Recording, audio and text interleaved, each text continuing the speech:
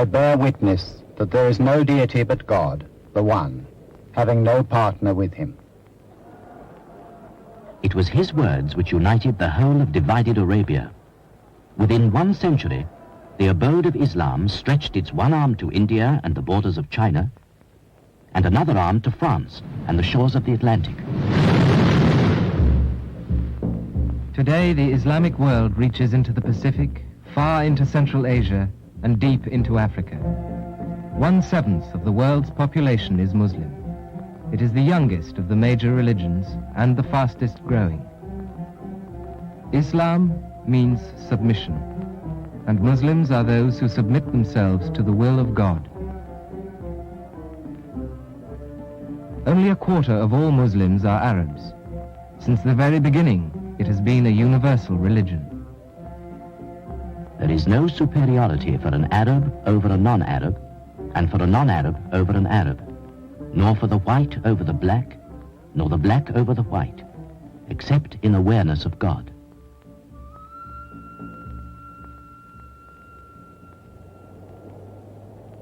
For 1,000 years, Islam was the most widespread and powerful civilization in the world, and it is the link between the present day and the civilizations of the ancient world.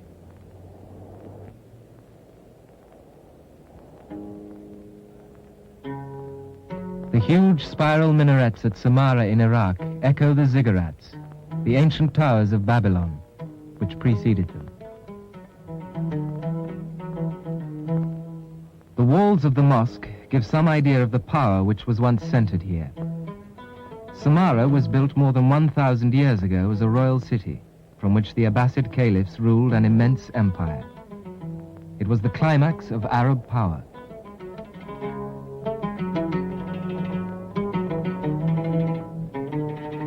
The palaces and gardens, the baths and schools and fortifications have vanished. Only the vast mosque, like the bedrock of the civilization itself, survives.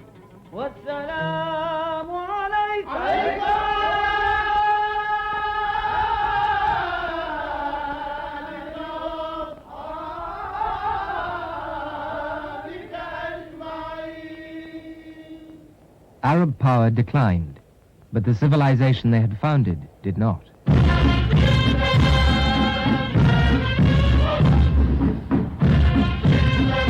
Only 300 years ago, the armies of the Ottoman Turks were the most redoubtable in the world.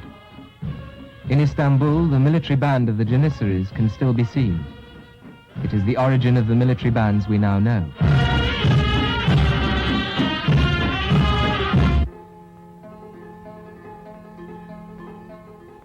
Only 300 years ago, Islamic civilization flowered in Iran to produce one of the most brilliant and exquisite moments in human history.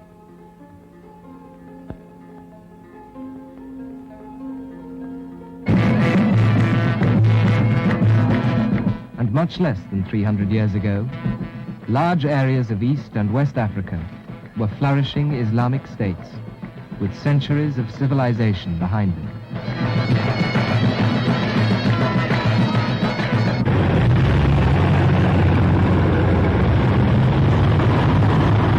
Much of the Islamic world now seems little more than an extension of the modern world. And indeed, there are some within the Islamic world itself who wish to see it in that way. This is the way vast numbers of good Muslims now live. But it is not the unique civilization which grew out of Islam. Once beautiful cities like Damascus strain under the huge influx of machinery and numbers. The modern world cuts its way through another way of life.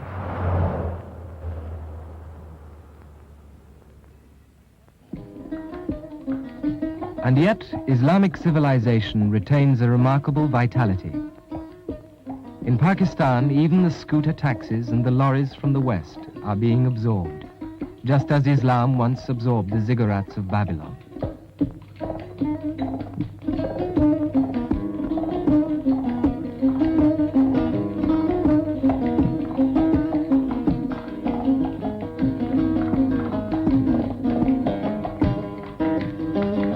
Islam remains vital for many millions of people, The men who work on these lorries feel the need to relate them to their own lives, to make them meaningful instead of alien, to draw them into a pattern which retains all its meaning for them.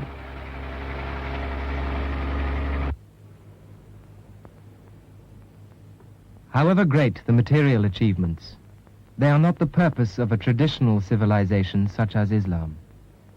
They are its byproducts. Its purpose is man himself.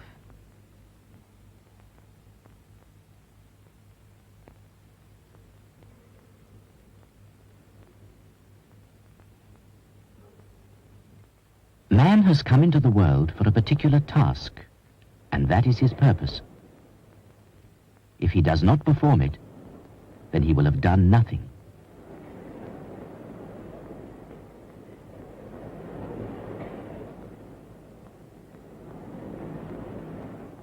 Five times a day, the entire world of Islam turns towards a single center, Mecca.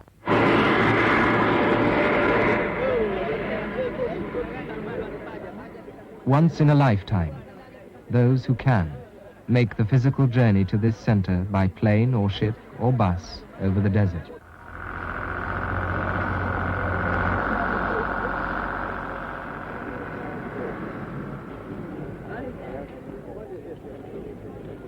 In the past, a pilgrim might walk for months from as far away as Morocco or India to reach the land where that revelation, which is the heart of Islam, was given.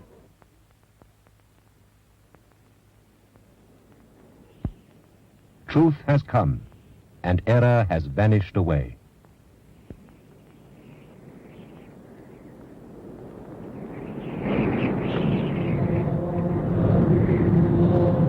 For Muslims, the Quran, the holy book of Islam, is a direct revelation, the word of God.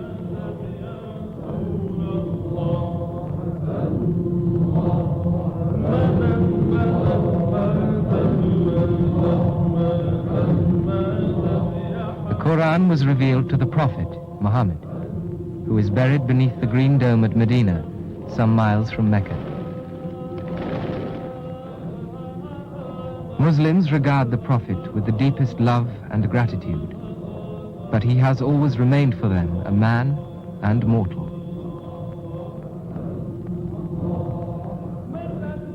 The pilgrimage is one of the 5 pillars of Islam, but it is far, far older. Muslims say it was founded by Abraham, and Mecca is the city of Abraham.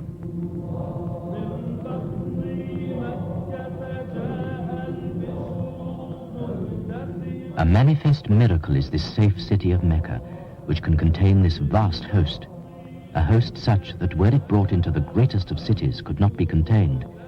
It is described only by the true analogy of the ulama, that its enlargement for newcomers is like that of a womb for the growing child.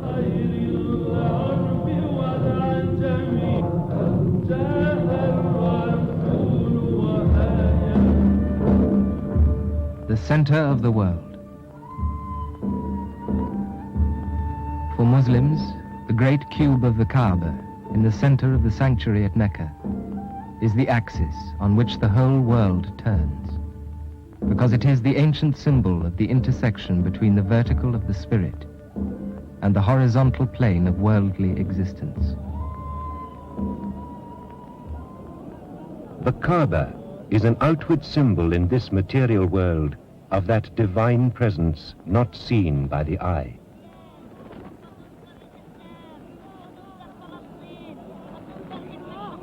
This is the object of the pilgrimage. Nothing is contained in the Kaaba. It is the symbol of the journey which every man must make to find his own center. The pilgrimage is a prefiguration of the inward journey towards the Kaaba of the heart.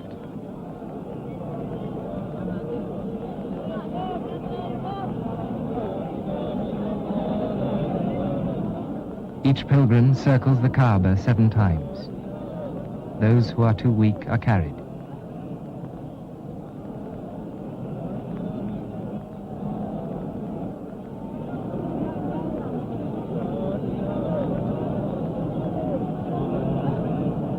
The Kaaba is a cube a symbol of stability, because truth never changes. Islam does not deny earlier revelations, but confirms them and gives them final form. The divine truth has been revealed through the mediation of the prophets or the messengers at very different times to the most diverse peoples. The Quran is but the final confirmation, the seal of all these numerous revelations, the sequence of which goes back to Adam.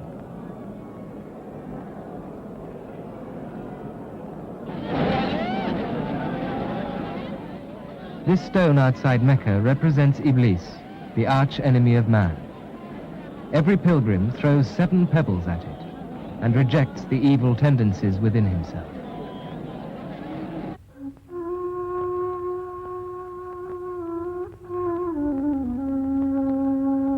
Unity and submission to the will of God are the central ideas of Islam. Unity both in the inner and in the outer life of human beings. Islam guides the whole life of men. There is no aspect which is not brought within the religion. It is the message of unity which echoes round the world.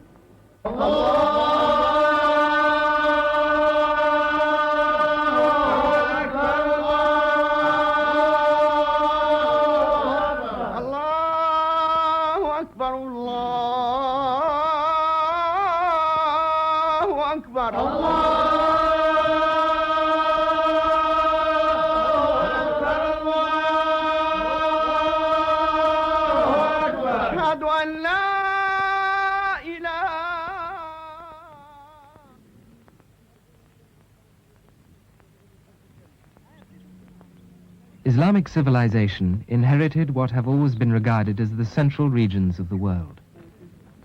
Just as Islam is the link between the ancient civilizations of the Middle East and the present day, so also it was the great bridge between East and West. Today, few caravans are left. Here, on the northern edge of the Sahara, is one of the few places they can still be found.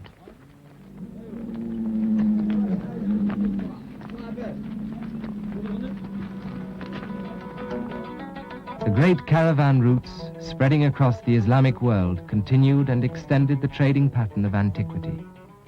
They linked China and India on the one hand to Africa and Europe on the other.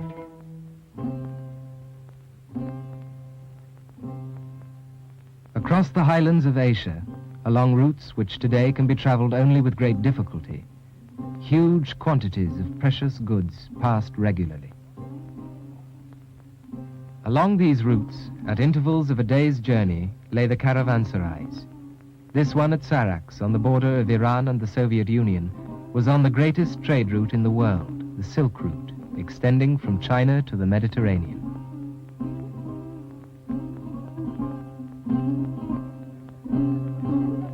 Here the caravans would rest, business would be done, prayers would be offered.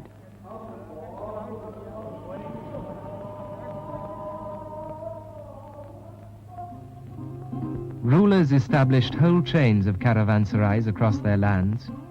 Huge vaulted halls gave protection from the harsh winters of Asia.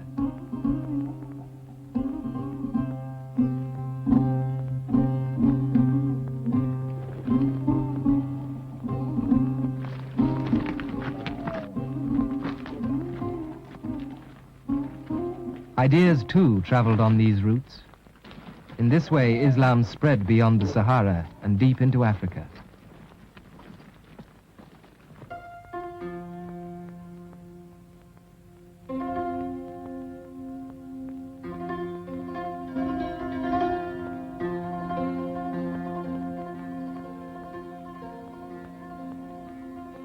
During the Abbasid Empire, the Arabs made regular sea voyages to China, the longest regular sea route ever used by mankind before the European expansion of the 16th century.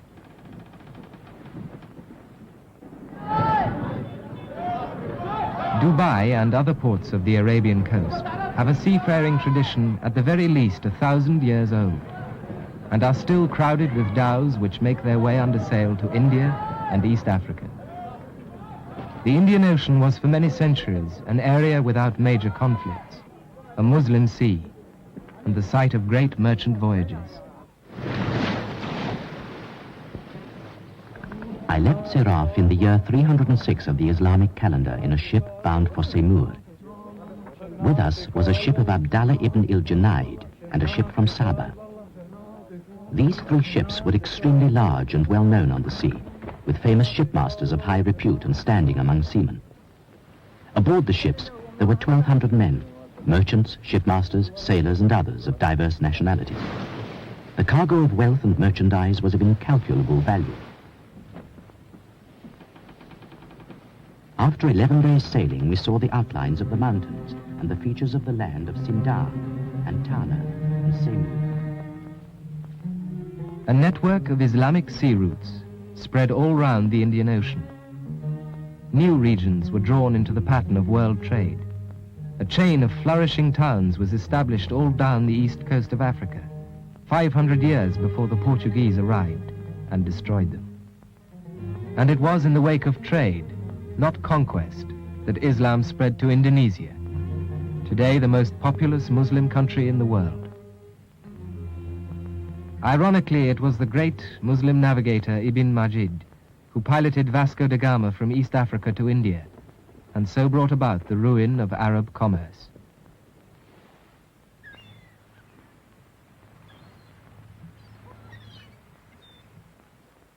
With the change in trade routes which followed the arrival of Europeans in the Indian Ocean, the economic decline of Arabia and eventually of the whole Islamic world set in.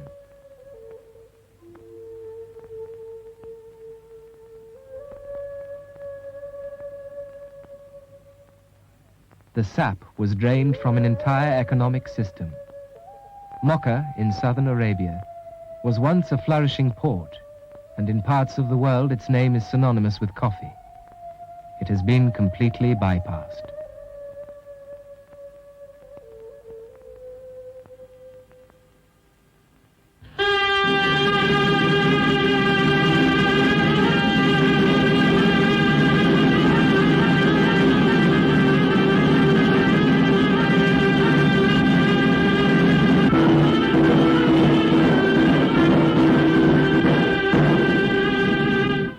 Forts of India and the great walls of the old city of Cairo stand as reminders of the military might of Islamic civilization. Islam legislates for all aspects of life, for life as human beings actually encounter it, and it has not evaded the question of warfare. The guidelines it sets down are clear.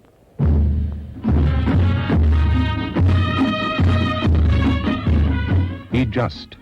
The unjust never prosper. Be valiant. Die rather than yield. Be merciful. Slay neither old men, children, nor women. Keep your word, even to your enemies.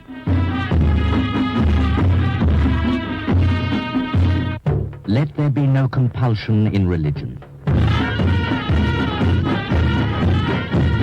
The military band of the Janissaries still exists in Turkey. It could reduce foes to surrender even before battle was joined.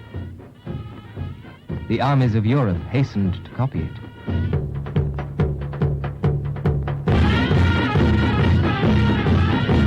Brought up in a special educational system, completely detached from personal background, but linked to one of the great mystical orders of Islam, with the highest posts in the empire open to them, the Janissaries formed a unique and totally dedicated military force. Allah Allah! Celilü Cebbar, Mu'inü Settar, Halikul Leyli ben Nehar. La yezal, Zülcelal, birdir Allah, anın birliğine. Resulü Enbiya, Peygamberimiz Cenab-ı Ahmed-i Mahmud-u Muhammed Mustafa. Ali evladı Resulü Müşteba imdad-ı ruhaniyetine, bil cümle alemi İslam'ın sıhhatü selametine, aziz cumhuriyetimizin baka temadisine, ordularımızın devamı muzafferiyetine, üçler, yediler, kırklar, göçenler demine devranına hu diyelim. Hu! Nasrun minallahi ve fethü karib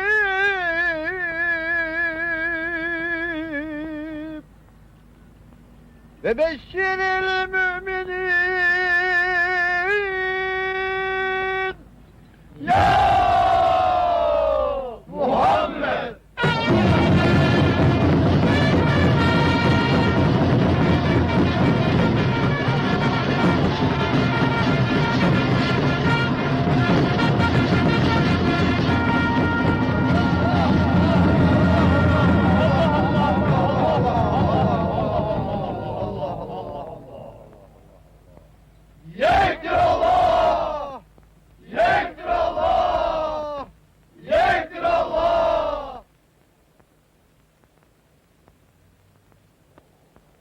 When Mehmet II, the conqueror of Istanbul and one of the greatest Turkish military commanders, had his portrait painted, it was in a characteristically Islamic pose, gently sniffing the scent of a blossom. Babur, another great military leader and the founder of the Mughal dynasty in India, personally supervised the laying out of Islamic gardens wherever he went in India. Very probably he was their architect too. His descendant, the Emperor Akbar, wrote, The sole idea of wise kings is day by day to refresh the garden of the world by the streams of justice. And when an empire has been civilized by a wise and just ruler, the people thereof, small as well as great, sit in the shade of tranquility. The traditional Islamic house is built around a garden, a private and tranquil inner world. Such gardens are conscious anticipations of the paradise which Muslims believe is man's true home.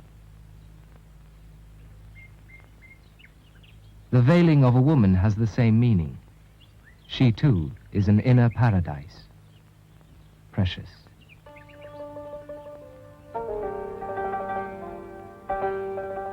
A laugh revealing pearls, a face beautiful as the moon. Time is too narrow to contain it, but my heart does so. This dance is based on a famous incident at the Mughal court of India. Anarkali loved the Prince Salim. One day she saw the prince approaching, and she danced for him.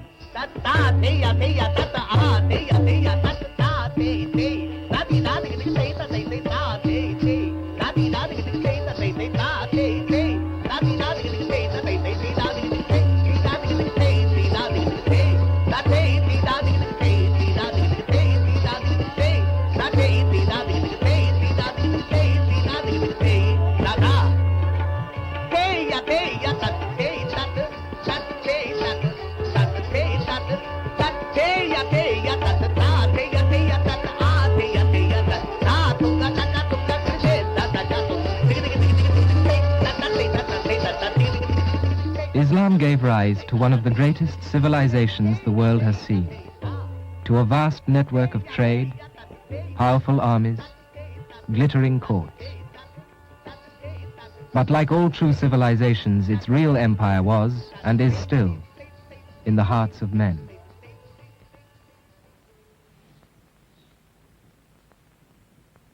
A Muslim must perform ritual ablutions before he prays. Sometimes water cannot be found, and he uses a stone or sand instead. Nothing is missed out. Every act prescribed by the Prophet is faithfully performed. Such a man is aware of the importance of his acts. There is nothing he does that does not count.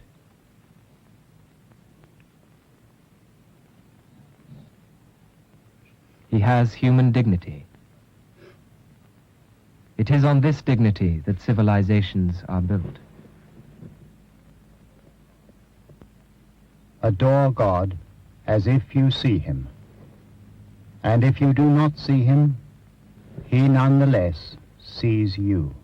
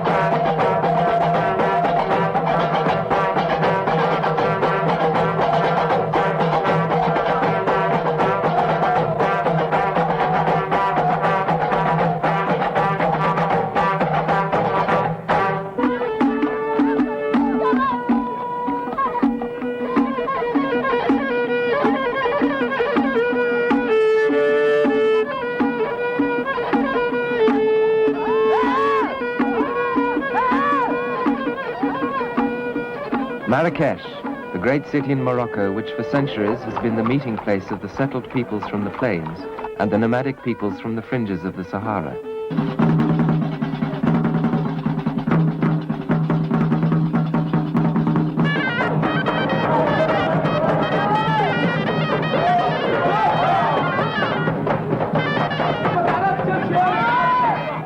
The nomads bring new energies to the city, transforming its main square into a vast stage.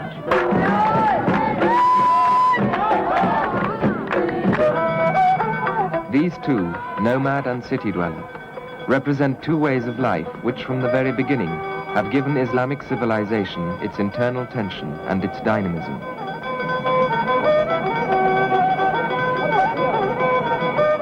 The nomads have lost nothing of their pride.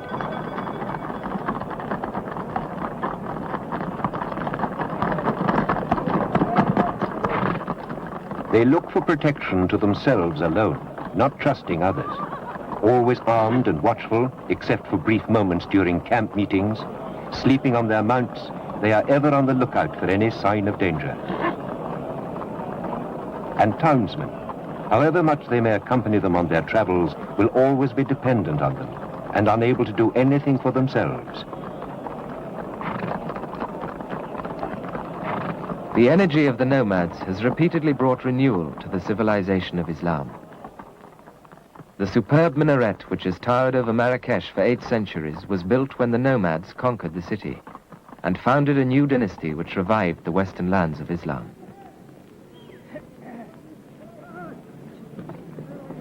Century after century, the nomads are drawn towards the city, at once repelled by its confusion and restrictions, and attracted by its promise of luxury and wealth. They do not fear to wander unaccompanied in the countryside or the wilderness, being full of confidence in their own courage and power. For courage has become one of their deepest qualities, and audacity a second nature to them.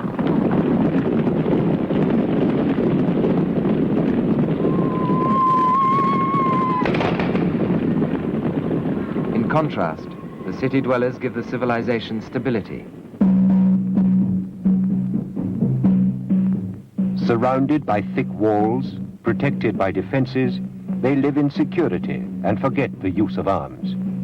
Successive generations of such a way of life breed a people accustomed, like women and children, to look to others for protection.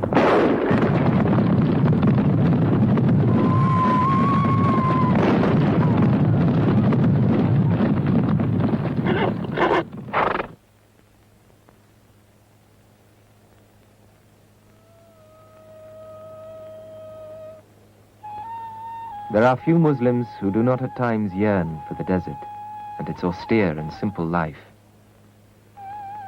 The Prophet Muhammad himself was only 2 generations removed from the nomads. The first great empire of Islam, the Umayyad Empire, was won by the nomadic Bedouin of Arabia. Its rulers built palaces in the desert. Here their children were brought up in the ways of the nomads, and here the caliphs, whose empire stretched from India to Spain, would spend a part of each year among the tribesmen.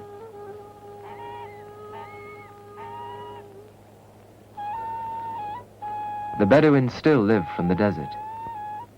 They share with other nomadic peoples in North Africa and the Middle East the long, low, black tents, which are perhaps the oldest of all man-made homes.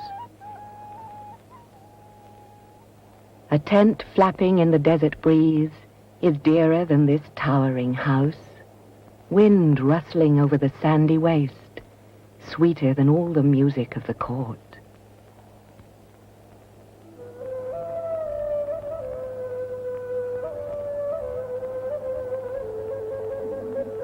Now the wilderness is a hard and hungry home, to which such men adapted their nature and character in successive generations.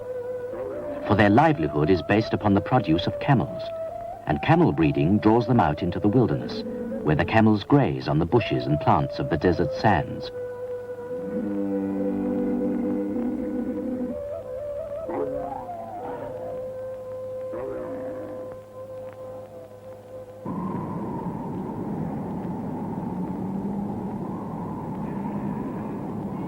In the uplands of Central Asia live the other nomads of the Islamic world. The peoples of Turkic and Mongolian origin, recognized by their round tents called yurts. These are Turkomans near the Caspian Sea. Their tents are covered with hair blankets and walled with reed matting. They are collapsible, and no part is more than a camel can carry.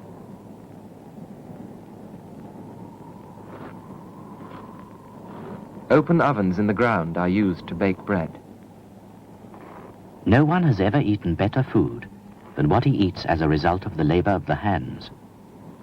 God's prophet David, peace be upon him, used to eat from what he had worked for with his hands.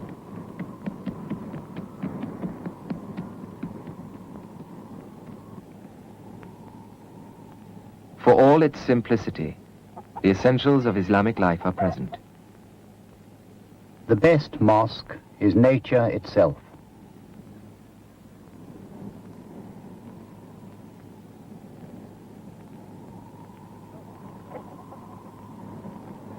The nomads do not merely survive in the desert. They make the best possible use of its resources.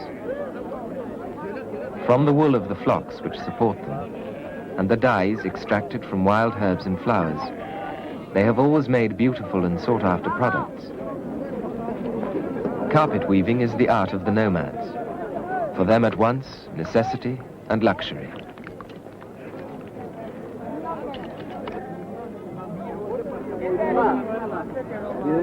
The looms on which these carpets are made must be portable, and so the carpets are usually small. The natural dyes improve with use, and will not be at their best until the carpet has been washed several times.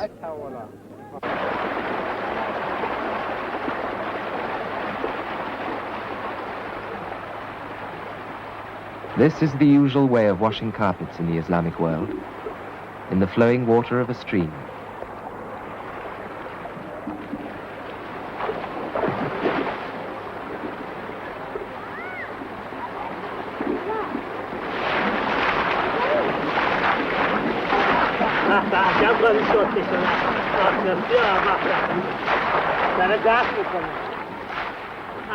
A good used carpet is more, not less costly than a new one. The pile will have settled down. The natural dyes will have become fast, the colors brighter and more harmonious. Carpet making developed beyond the limitations imposed by nomadic life. These are the carpets of the cities.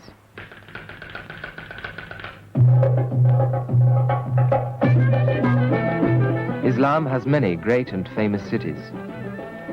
Their arts and learning balance the simplicity of the nomads and complete the civilization. Damascus was the first of the great cities of the ancient world to become Islamic. In the 7th and 8th centuries, it was the capital of a huge empire. The Umayyad Mosque remains from that time. It was thought one of the wonders of the world for the mosaics and other decorations which covered the entire exterior.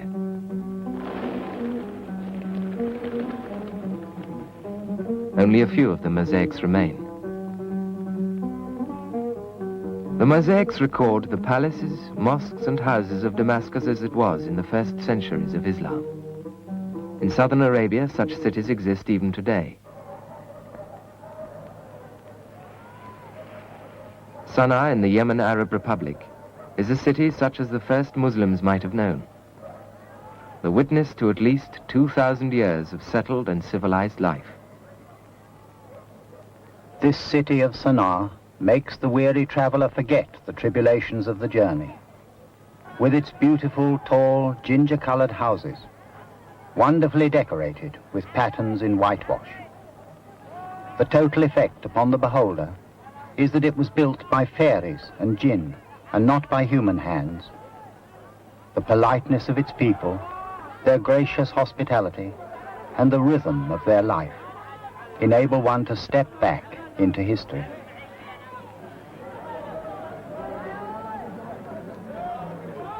The women of the city wear the veil, whereas a country or nomadic woman usually does not. Veiling is an urban habit, a sign of sophistication. Most of the women wear colorful traditional patterns. Smart black veils are the mark of the young women of the richer families.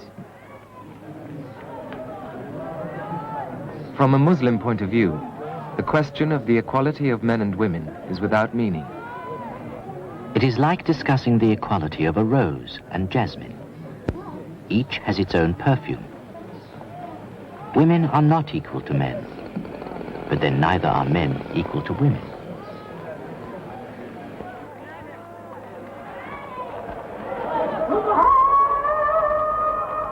At the center of Sana'a is the great mosque, founded in the lifetime of Muhammad. Islam is based on 5 things: the testimony that there is no deity but God and that Muhammad is his servant and messenger, the observance of the prayer, the payment of zakat, the pilgrimage, and the fast during Ramadan.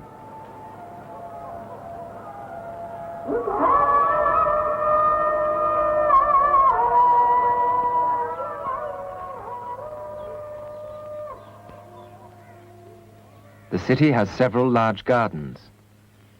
They are many centuries old, and the need for them was well understood. The commonest cause of epidemics is the pollution of the air.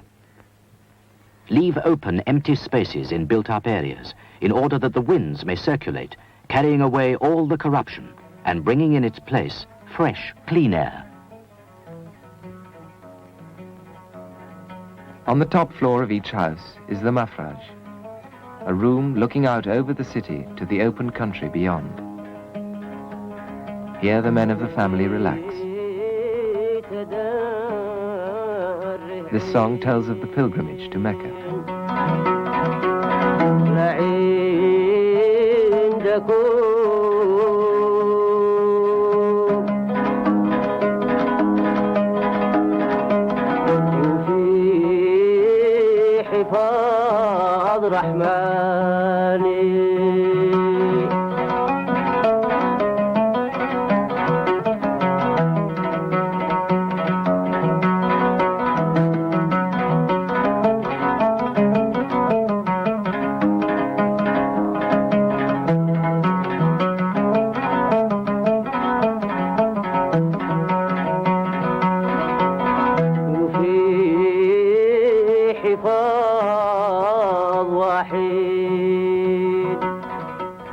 May your journey back be under the protection of the merciful, the unique and bountiful Lord, like whom there is no other.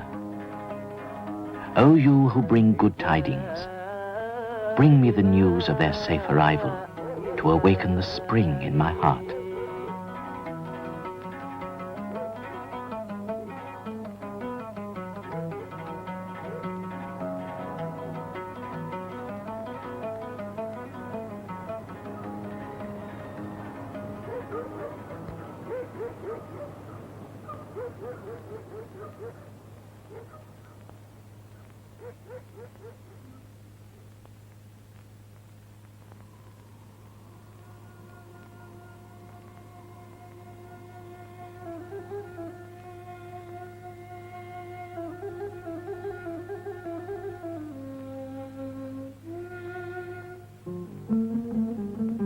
O you who prefer the dull life of the town to wide, free solitude, do you despise nomadic tents because they are light, not heavy, like houses of stone and lime?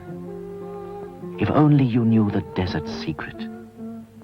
The earth is like musk, even purer it is, and generous too, moistened at dawn and dusk.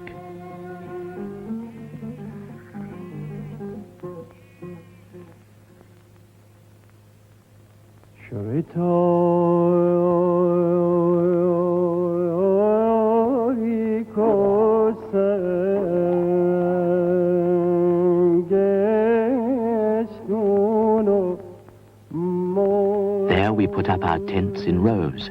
The earth is dotted with them, as the sky with stars. Those who have passed on truly said, and truth undergoes no change. beauty is found in two things, in a verse and in a tent of skin.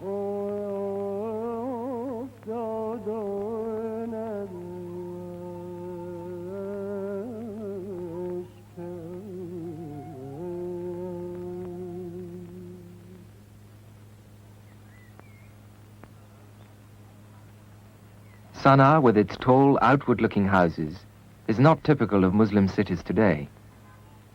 It is the city of Fez in Morocco which represents the usual pattern of the traditional cities of the Islamic world. The city is built around the shrine of its patron saint, Moulay Idris, who founded the city nearly 1,200 years ago.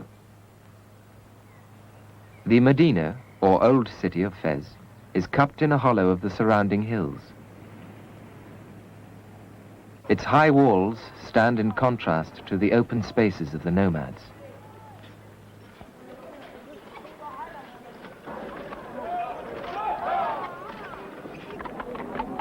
From the main gates, the principal streets lead to the heart of the city. Pack animals are the only means of transport.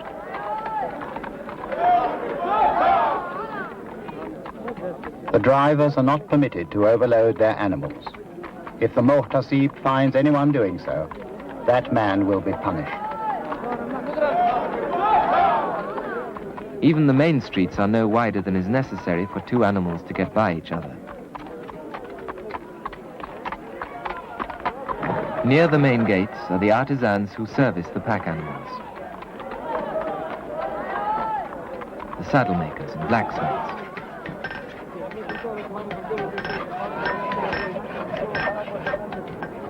All along the principal streets are the caravanserais, each built around a courtyard.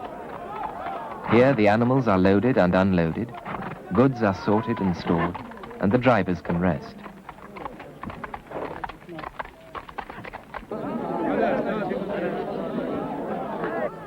Commercial areas are kept apart from the residential districts, each of which has its local shopping area for daily needs.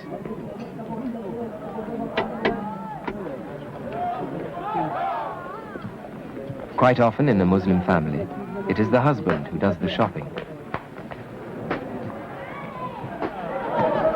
In each district there is a baker. The dough is prepared at home and brought to him for baking.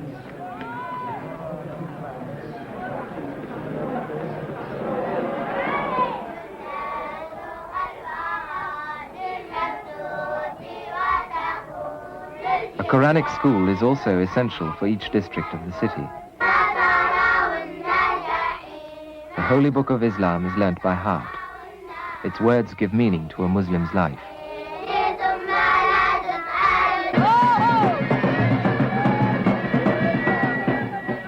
The important events in an individual's life are marked by public celebration, even amongst the poorest classes. These boys have reached the age of circumcision, and their entry into fuller participation in Muslim life is made known to the district.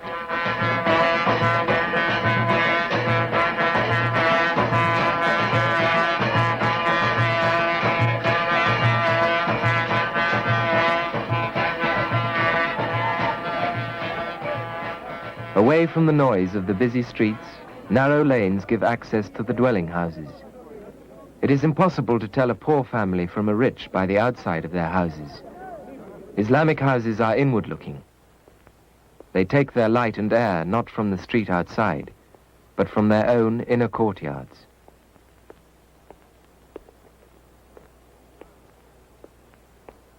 Thousands of courtyards, scattered through the city, are the lungs with which it breathes.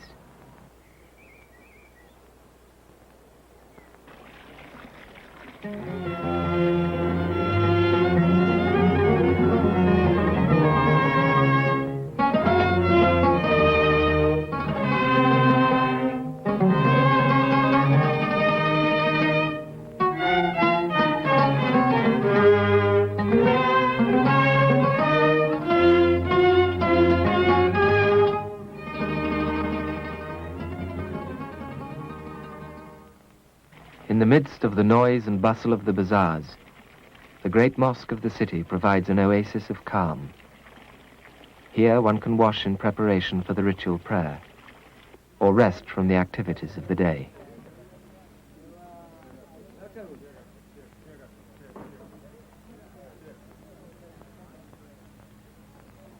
Five times each day, the signal for prayer is hoisted on the minarets, and the call which has been given since the beginning of Islam, God is greatest, echoes over the city. Allahu Akbar, Allah.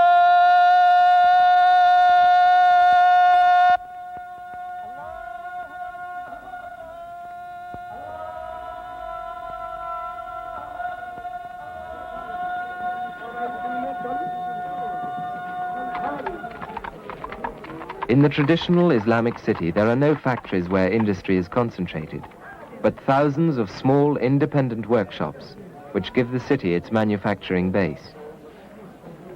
Usually the goods are produced and sold on the spot. Each of the crafts is grouped in a particular area of the bazaar and organized as a guild. The craftsmen work side by side, and skills and prices may be easily compared.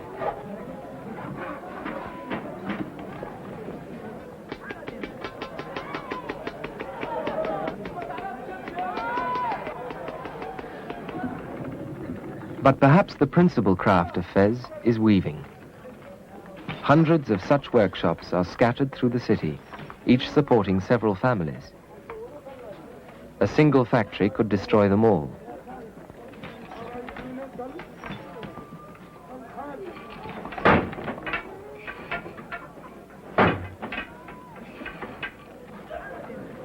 Certain crafts, such as that of dyeing, require particular conditions and are set apart in special areas of the city.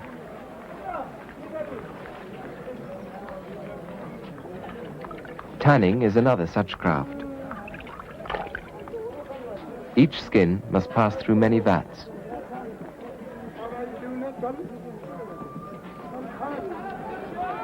The craftsmen of an Islamic city produce goods which are often of great refinement, and yet their tools and working methods are usually of a simple and even archaic kind.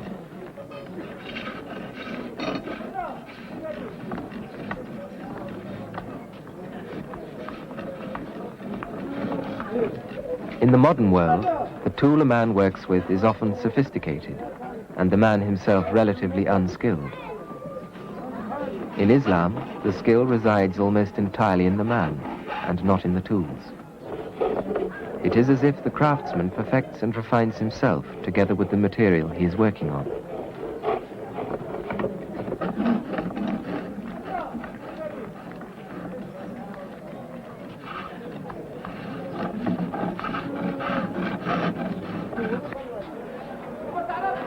For some men, the craft can become a spiritual discipline, the refining of the raw material, an image of the work which a man, no matter how poor and simple he may be, even a humble comb maker, can accomplish in himself and upon his own soul.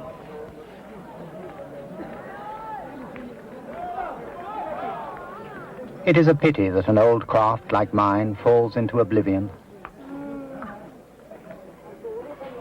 My work may seem crude to you, but it harbors a subtle meaning which cannot be explained in words. I myself acquired it only after many long years, and even if I wanted to, I could not pass it on to my son if he himself did not wish to acquire it. This craft can be traced back from apprentice to master until one reaches our Lord Seth, the son of Adam.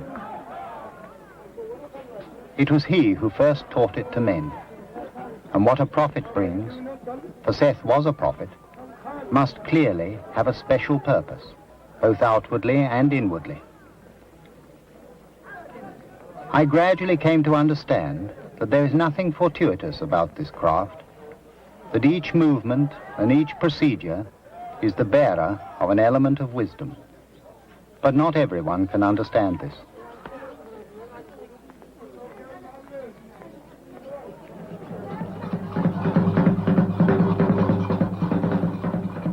From time to time, the streets of Fez are enlivened by a group of wandering performers.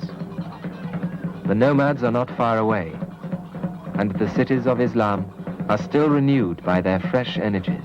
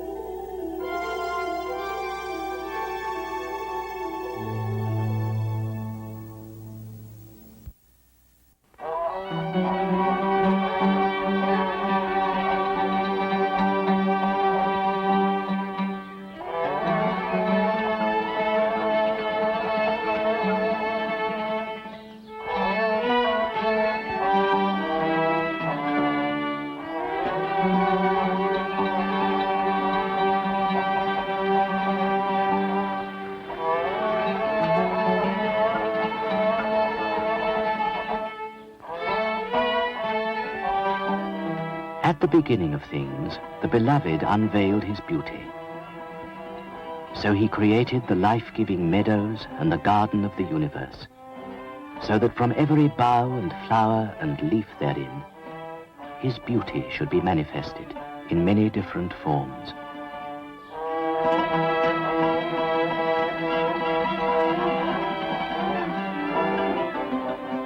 In the Islamic world, the works of man are in harmony with the natural world, and man rejoices at the privilege of a precious gift, life.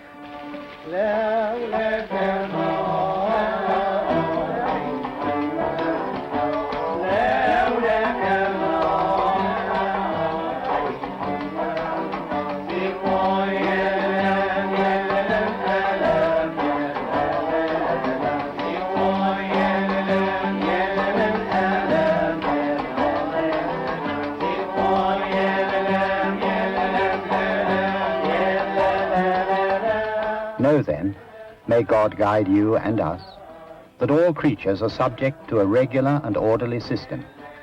Causes are linked to effects.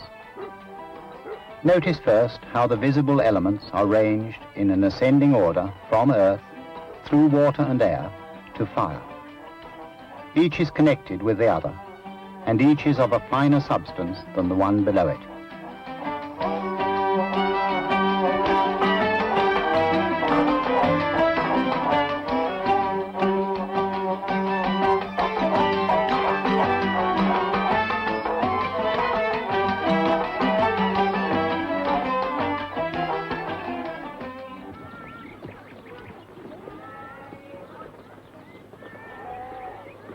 Muslims think of man as the link between God and nature.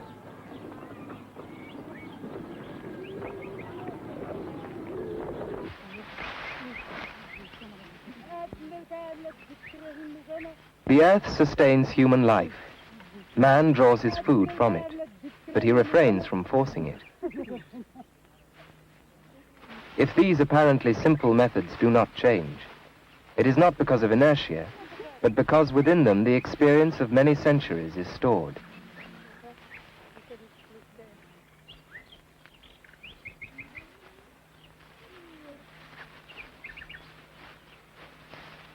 Not only does the earth give man his food, it also gives him his shelter. Almost everywhere in the Islamic world, this village is in southern Arabia, man draws his building materials from the rocks and soil. His role is to mold and ennoble the materials of nature, to release and intensify the beauty inherent in them, rather than to change their character.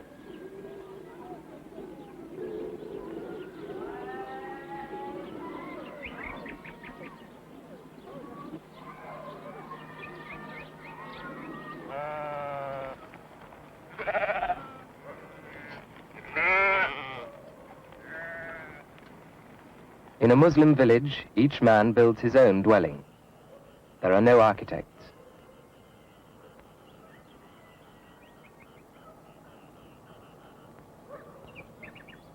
The forms of nature provide the models. The rolling hills, or the beehive, as in some of the villages of Syria.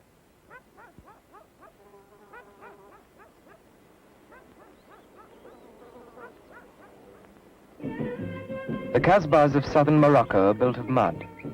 Some have lasted for hundreds of years, and most are beautifully decorated in a style the Arabs brought with them from southern Arabia many centuries ago.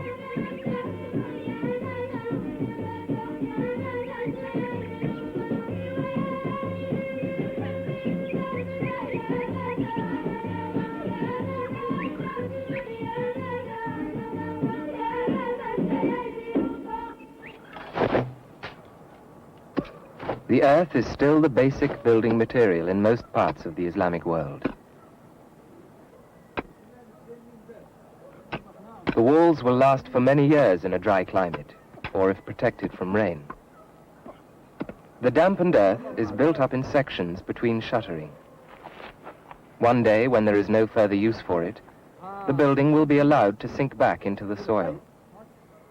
Muslims recognize that every work of man is transient, and like their nomadic ancestors, they make no attempt to leave a permanent mark behind them.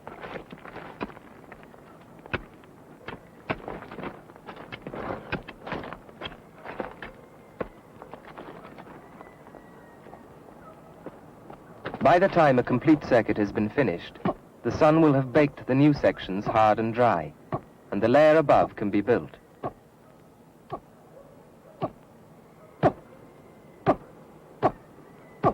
The tightly packed, thick walls give excellent insulation from the extremes of temperature. They are much better than concrete in this respect, cooler in summer and warmer in winter.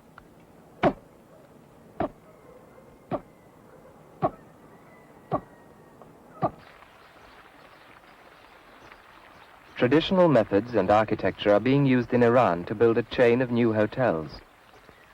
They are comfortable and practical, and have cost far less than similar concrete buildings. The walls are rendered with a layer of earth mixed with straw, which covers and protects the inner blocks.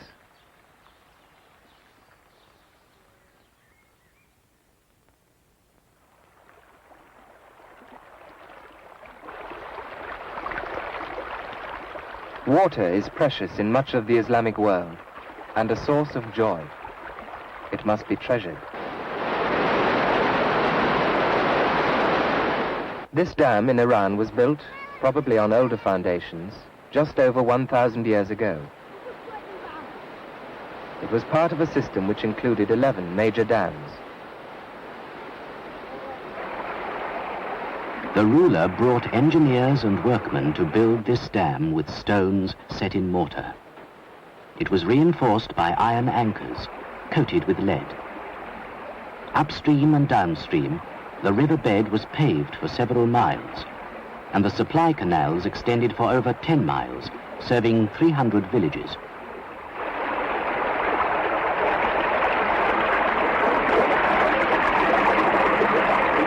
The power from the dam was not wasted. 10 powerful water mills were operated from it.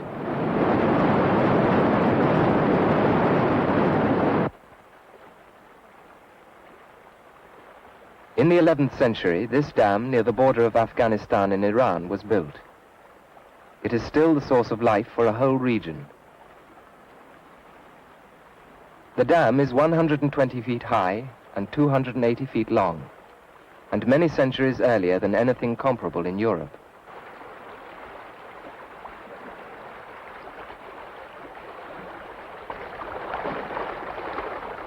Dams are one of the 3 usual means of increasing the water supply in the arid regions of the Islamic world.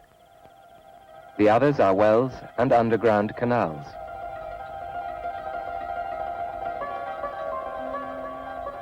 The underground canals in Iran are called qanats, and all that can be seen from the surface is the craters left from the diggings.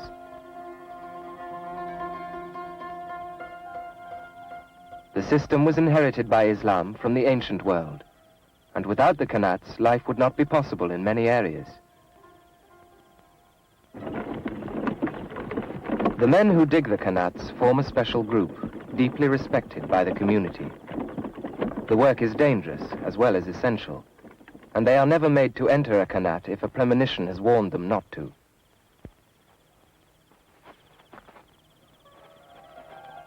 Shafts are sunk at intervals, and from them the underground canal which will carry the water is dug. This canal is carefully planned by a traditional surveying method. Its gradient is arranged so that the water will flow out steadily at the desired point, and since it is underground, almost nothing is lost by evaporation. In this way, the relatively high rainfall falling on the mountains and seeping into the ground beneath is made to irrigate distant areas.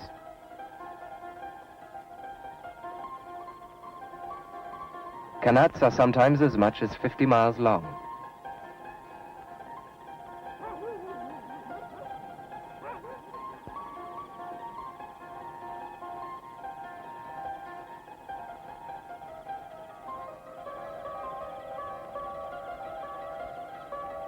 The qanat can flow out and irrigate the fields directly, or it can lead to a cistern covered by a large dome which protects the water from the sun.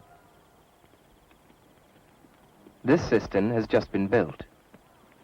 Steps lead down to the water, which is kept cool and fresh by towers which catch the wind.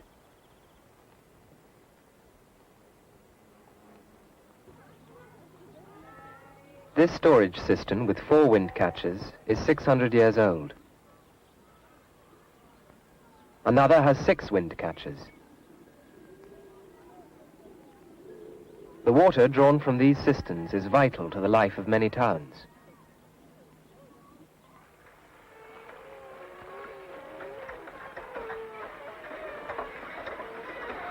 Wells are the third of the traditional means of obtaining water in the Islamic world. This method of raising water, known as the Persian wheel, spread widely with Islam. It still supports agriculture from India to Spain.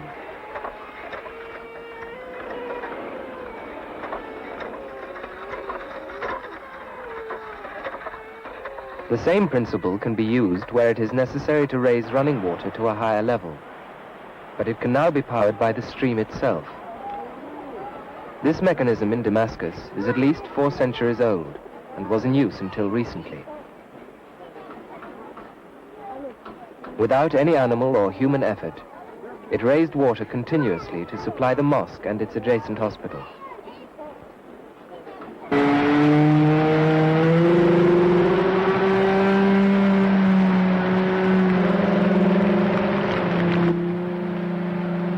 The huge water wheels now found at Hama in Syria go back to Roman times. They were absorbed by Islamic civilization and became a widespread and characteristic feature.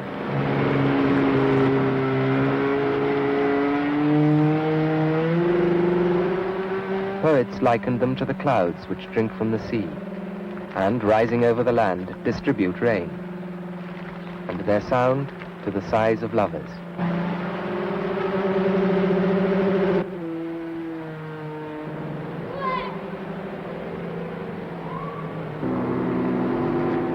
The rim is made up of hollow compartments which fill with water as they dip. In this manner, the water is lifted to the height of the wheel, where it flows out into aqueducts.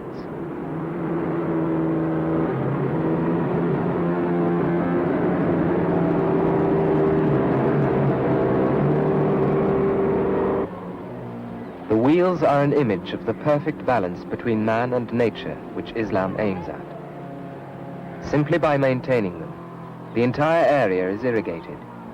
Nothing is wasted. Even what is spilt returns to the river.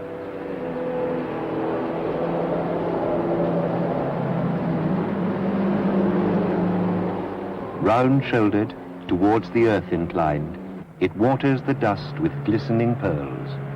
Like a singing bow, its upper half shoots streams of water all around like the spheres of heaven, for its gushings are like shooting stars, fighting the earth's aridity. I do not believe thirst makes it sigh. since the waters flow over its shoulders. It is really a singer, and the garden a drinker, and the drink and the song are eternally bound. The bright strands of water against the dark wood stand out like bright gifts against the darkness of requests.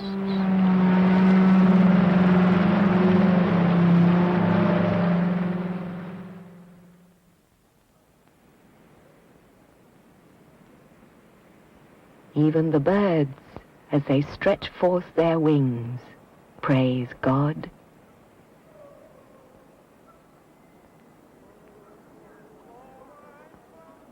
The air of the cities of the Middle East, this is Yazd in Iran, is cool in the morning, because with no cloud cover the temperature drops rapidly at night.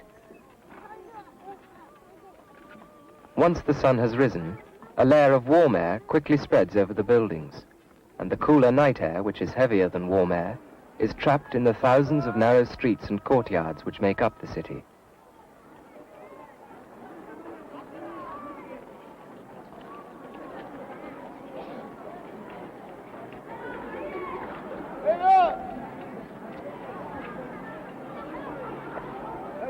High walls keep the sun out till late in the afternoon, and many of the streets and houses will remain relatively cool for much of the day. The difference can be even as much as 10 degrees centigrade.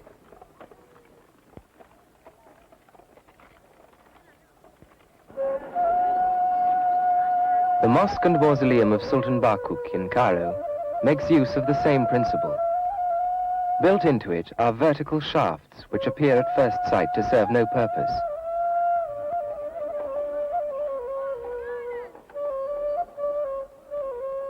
They are part of an efficient air conditioning system which uses no energy but depends instead on an understanding of natural principles.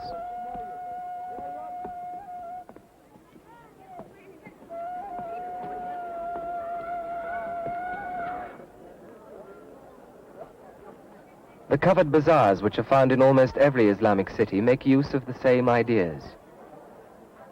Beneath the hundreds of domes which cover them, the bazaars of Iran trap the cool night air and provide a refuge from the heat and glare outside.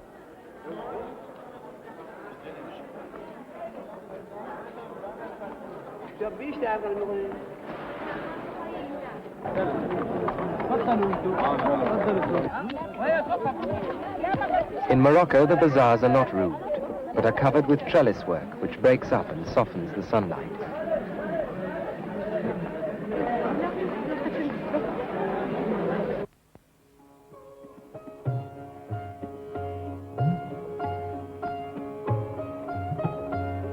The Mughal Emperor Shah Jahan built this mosque. It is on the edge of the Sindh Desert in Pakistan, one of the hottest regions in the world. It is a superb example of the adaptation of architecture to climatic conditions. The whole mosque suggests coolness. The ceramic decoration uses cold colors and crystalline forms which recall those found in ice and snowflakes, while other panels remind one of pleasant gardens.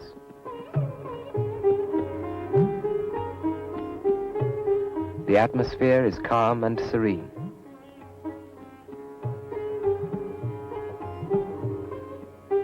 Arcades surrounding the courtyard retain the cooler air, and perforated screens, called jalis, catch any breeze and allow it to circulate, so that the body, as well as the mind and heart of man, is refreshed.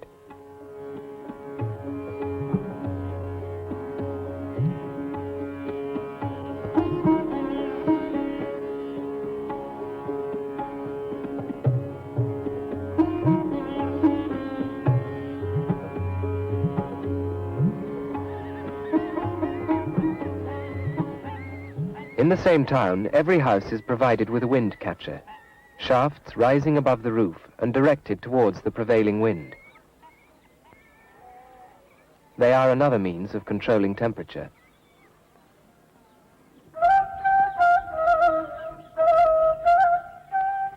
In many regions of the Islamic world, wind catchers have developed into important architectural features. These are at Yemen in Iran.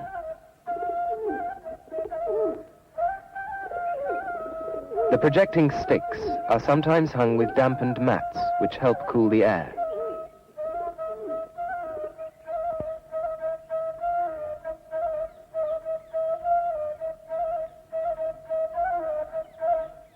The wind enters the tower from one side and is deflected down the shaft into the house. As it circulates, it absorbs the heat and rises, finding its way out through the opposite side of the shaft. Once again, temperature is controlled without the consumption of energy.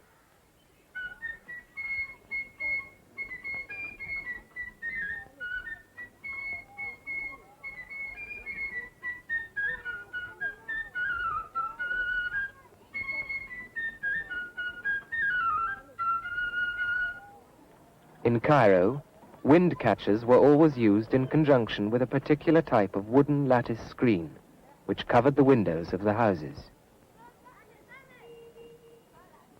These beautiful screens gave privacy to the women of the house. One can look out through them without being seen, just as a woman looks out through her veil. And they allow the air to circulate freely, while the rounded sections of which they are made modulate the harsh glare of the sun into something soft and beautiful.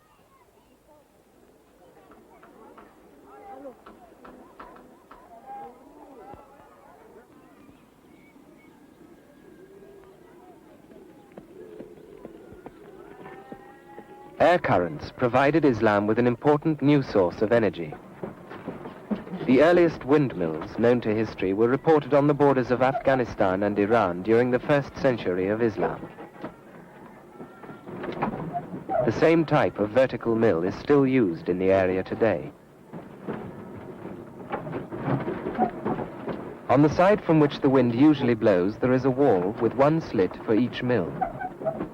The wind is forced to pass through these openings and blows against the sails, rotating the mill. The velocity of the wind is controlled simply by spreading across the slit a screen of tall reeds. The wind is also put to another use. Below the main slit is a hole leading to the mill, which is built directly under the sails, and the wind blowing through this hole is the means of winnowing the grain.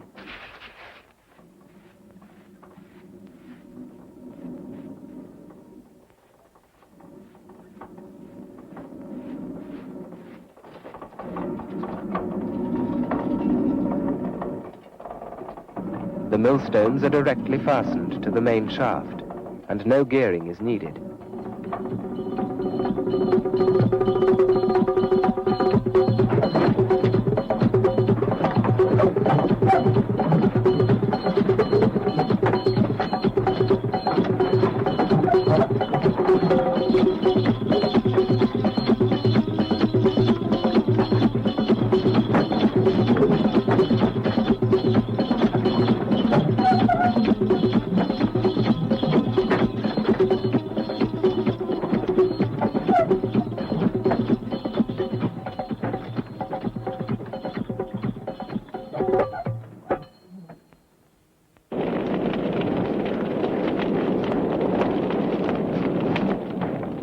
The fire in this pottery kiln in Morocco burns an unusual but very efficient fuel.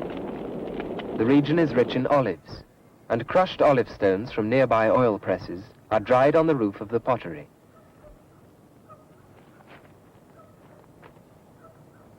They are saturated with olive oil, and when fed to the fire at once give temperatures very much higher than is usually considered possible by natural means.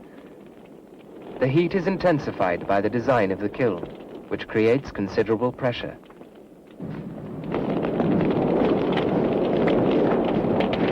Such methods are found elsewhere in the Islamic world, and it is thought that they may have been part of the secret means by which the famous and exceptional steel of Damascus was produced prior to the sack of the city in the 13th century.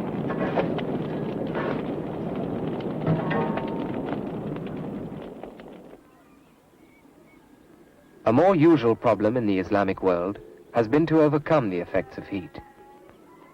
This building in Iran is an ice dome. It is 500 or 600 years old. Ice was available even during the hottest summers. It was made and stored at special buildings on the edges of the towns. A long, high wall kept the area in front of it permanently in shadow. This area was flooded each night. The water at first flowed into a trough in which it was cleaned and filtered. It was then allowed to spread out and form a thin sheet across the open tiled floor. At night, the temperature dropped rapidly, and the water froze. Further layers of water were added, and in the morning the ice was still protected from the sun. It was then cut into blocks and stored in the adjacent ice dome. These large mud-built domes are similar to the water storage cisterns. Their thick mud walls give excellent insulation and preserve the ice packed into them. Even 1,000 years ago, iced sherbet was available throughout the summer in the bazaars and homes of Islamic cities.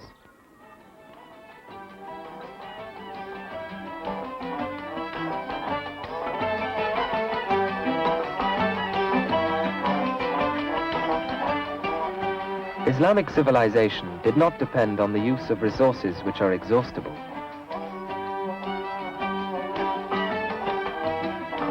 Because it corresponded to the whole nature of man and did not concentrate on certain aspects only, it was never in conflict with the natural world. Nature was a partner of man, not his slave. Man's mark upon the landscape was always gentle. He did not forget that he is only a traveler passing through the world.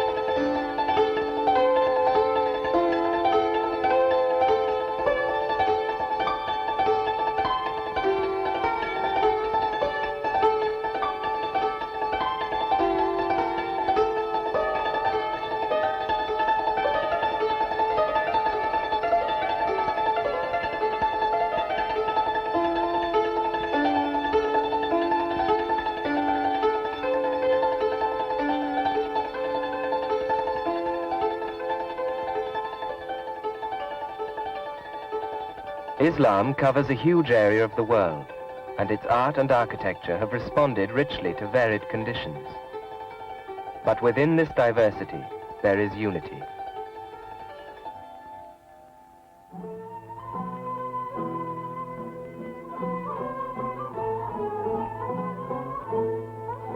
God is beautiful, and he loves beauty.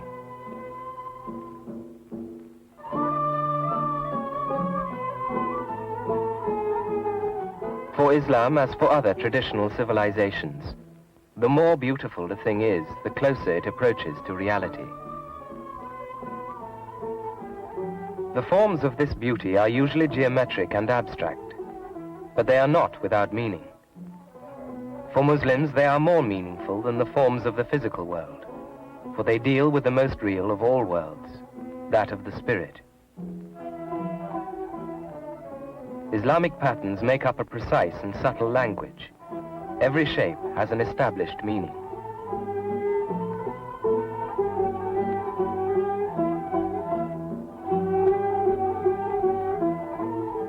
Architecture expresses the effort and outlook of the community.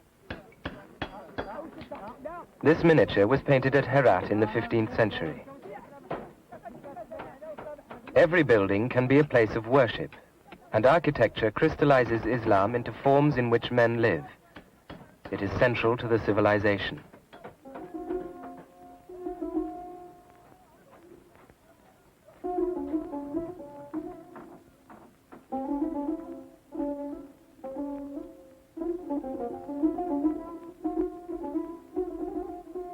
Painting has a comparatively minor role. Naturalistic representation is not favored in Islam, and painting is not a popular or public form of art. Its achievements, and in the case of Mughal India and Iran, they are great, are almost entirely confined to illustrations in manuscripts.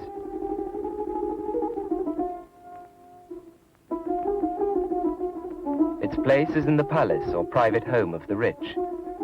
Its subject matter is often the life of the court, or knightly romance, or epic history.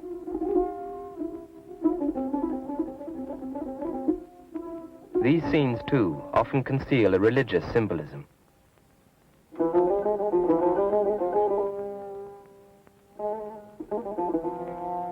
Naturalism is deliberately avoided, for Muslims feel that would be to attribute to the world a reality independent of God, which it does not possess.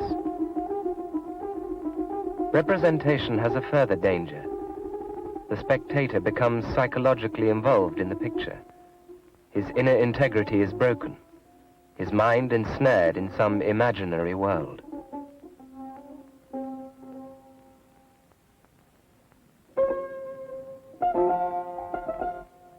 Islam prefers an abstract art, which reflects the open spaces of the spirit. It corresponds to a contemplative state, rather than to an idea.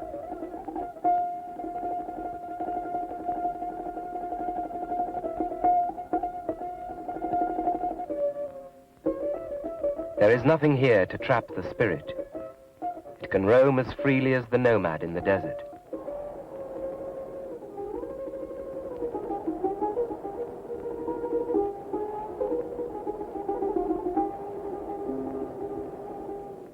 Abstract decoration in Islam has two modes. The first corresponds to the principle which gives order to the world. Its mark is the straight line and the angle, and it can be seen even in the simple forms of a village. It stands for what is fixed and stable.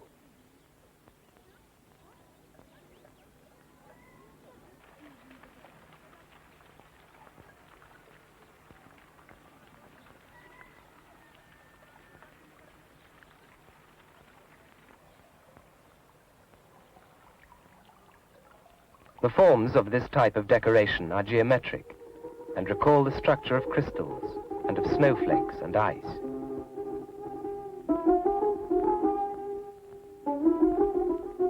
It gives an impression of clarity, order, calm, freshness.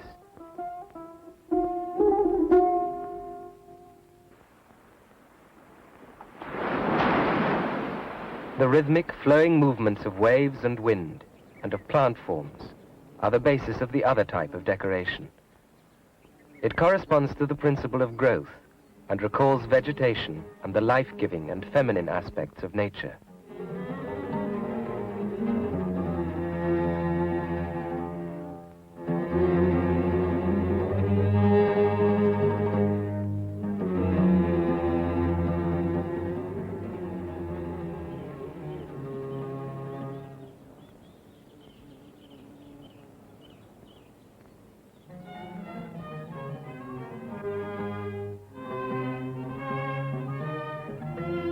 These two modes of decoration are most often used in combination.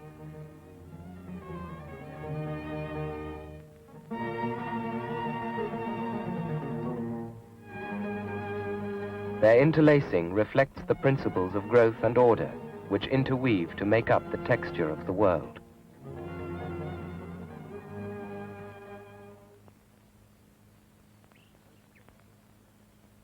Both principles have a place. They are complementary to one another.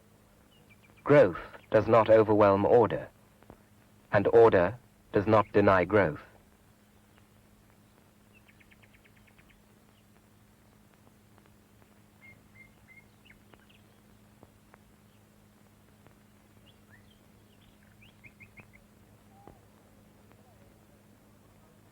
The city of Bursa was the first capital of the Ottoman Turks. It is the burial place of one of the early sultans. His tomb is a masterpiece of calligraphy. This is the third element in Islamic schemes of ornamentation, and the decisive one. The noblest of the visual arts in the world of Islam is calligraphy.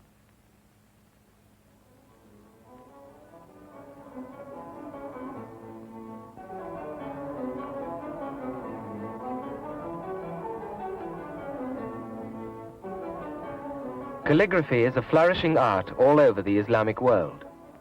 Even in Turkey, where Arabic script was abandoned in the interests of secularization, the tradition is being maintained. The Turks have for long been recognized as amongst the finest calligraphers.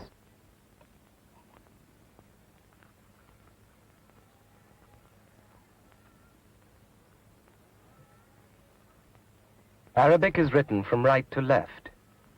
The hand draws in towards the heart, from the outer world to the inner life of man. The pen is a reed, slit in the middle for flexibility. The angle at which it is used determines the width and formation of the line. Several pens are used on a single piece of calligraphy.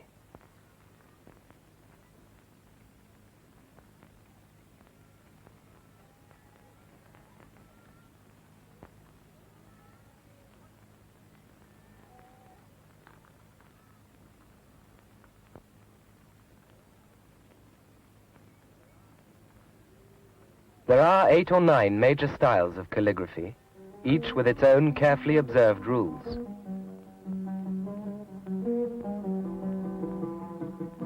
The unit of measurement is the pen width, shown here in red, and the height and breadth of each letter is measured by means of these. With each major style, the number of pen widths, and hence the shape of the letters, varies. For Muslims, the highest art is the spoken word. It was the word of God that brought about creation, and in the form of the Quran, it permeates their lives. Calligraphy renders that word visible.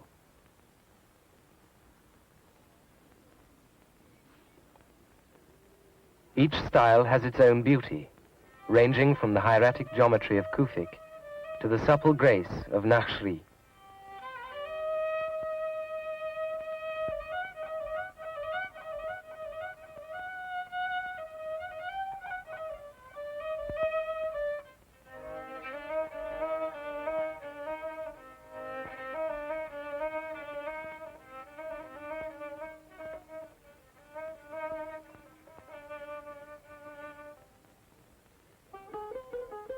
In Islam, man is not born sinful, but he is forgetful.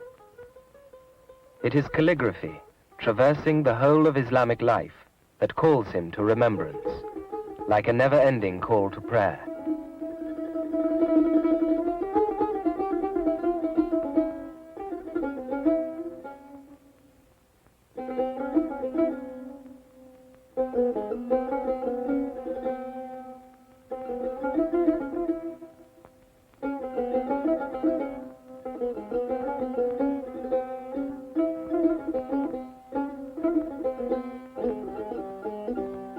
Permanent, silent invocations protect and beautify the buildings, and bless those who enter them.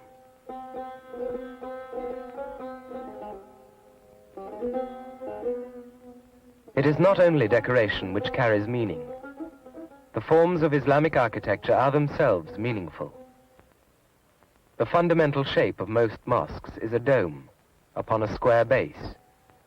The base, 4 square, solid and stable, stands for the earth. The dome above it symbolizes the heavens, as do all domes in sacred architecture.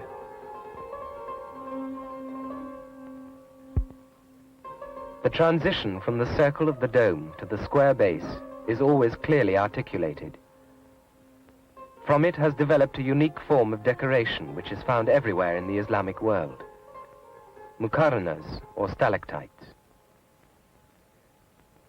These are a series of small arches which make the transition in stages, rather as if from a central principle, a gradual descent into material form is taking place.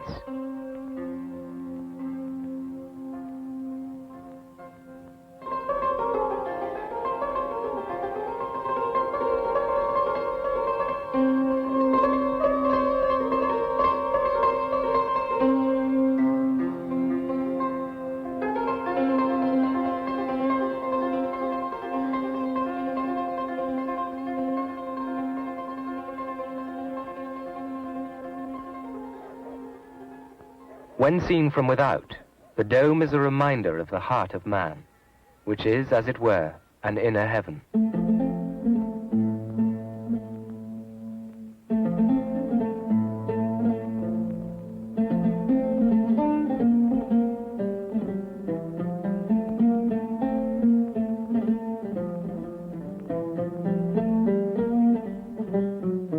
O my heart, if you wish to arrive at the beginning of understanding, walk carefully.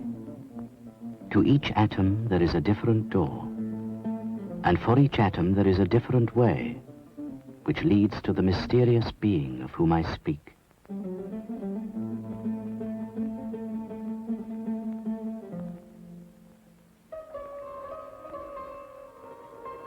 The Friday Mosque of the city of Yazd in Iran was built in the 14th century. In it, the principal features of Islamic architecture and decoration are combined. The main gate of the mosque is covered in decoration, which frees rather than entangles the mind. The idea of a veil hiding the inner sanctity of the building is also present. Calligraphy is at the center of the decoration. Within the arch of the gate, the forms cascade down like frozen music.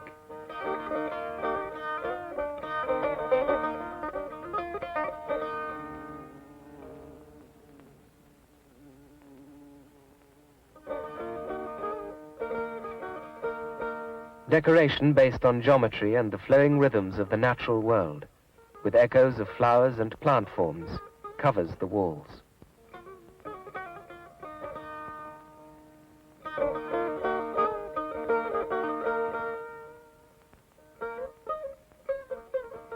Panels of calligraphy invoke the name of God.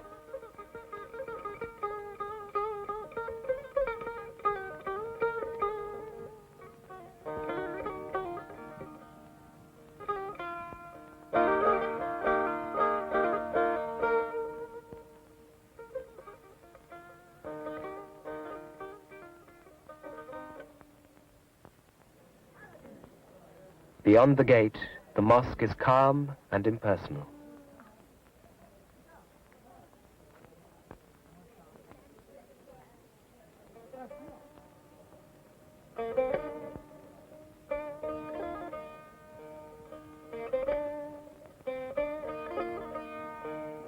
The ceiling is enlivened with small ceramic tiles, and the walls by inserts of plaster between every brick.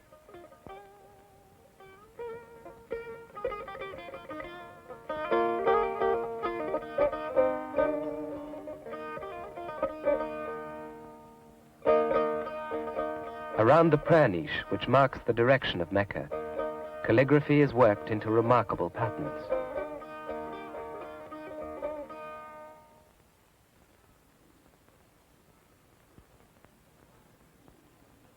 Above the niche, a grille ventilates the mosque, its pattern softening and diffusing the light.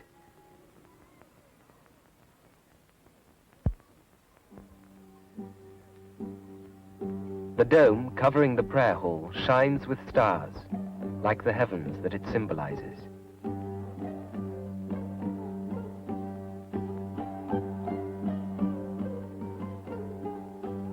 Last night, when the celestial bride hid her face behind the blue veil, hundreds of shining stars appeared in the gold and blue dome of the sky. Among them, one was the queen, and the rest her attendants, the moon and the stars.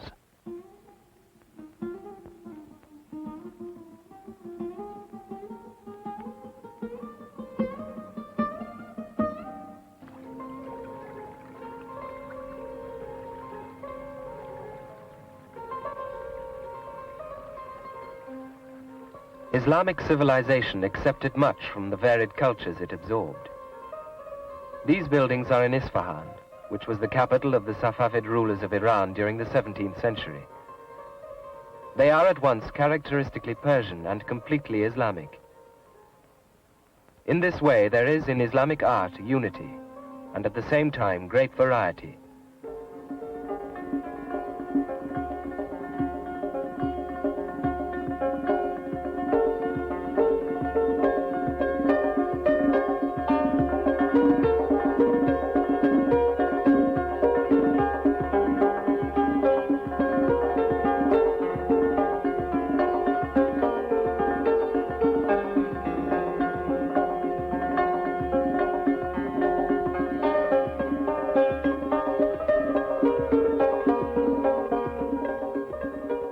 The unity of Islamic art does not derive from a style imposed from without. It is a unity of spirit. Islamic art has its own very distinct aesthetic, a cool, impersonal beauty, lucidity, calm repose. There is no drama or tension in these buildings. It is as if the beyond is here and now. Yet there is also a poignant sense of the fragility of the world, of a beauty so perfect that it seems to hover on the edge of dissolution.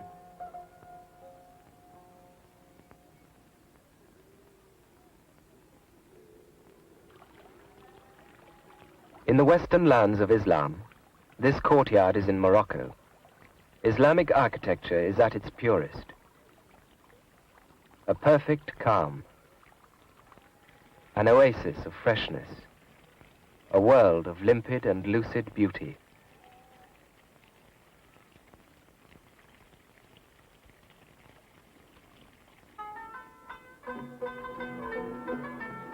Different again are the buildings of Turkey. The Palace of Topkapi, with its many domes, reminds one of the tents of a camp clustered at the gates of a besieged city. Like almost all Islamic palaces, it consists of small pavilions scattered in a garden, and was built not to impress, but to be enjoyed.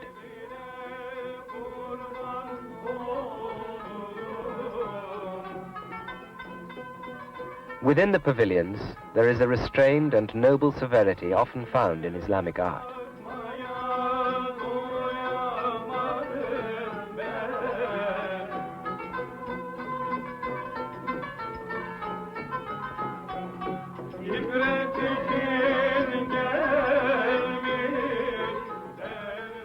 The mosques of Istanbul are ranged along the skyline. They were built by the Ottoman Turks during the century before the Safavids built Isfahan. They are very different, austere, vigorous, concerned with volume and form, architecture at its purest.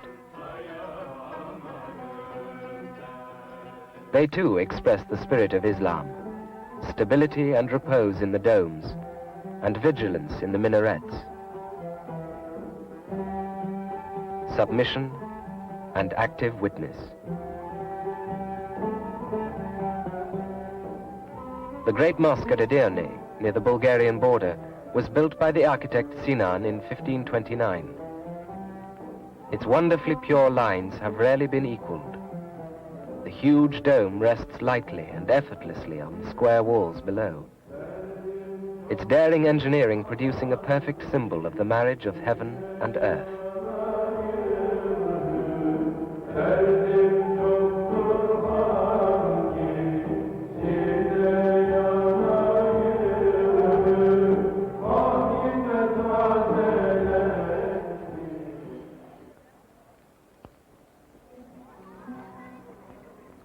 Some of the Islamic buildings in India are numbered among the most perfect in existence. No architecture has ever surpassed them. They were built during the Mughal Empire, in the same centuries as the buildings of Ottoman Turkey and Safavid Iran. Many of them are in a single city, Agra.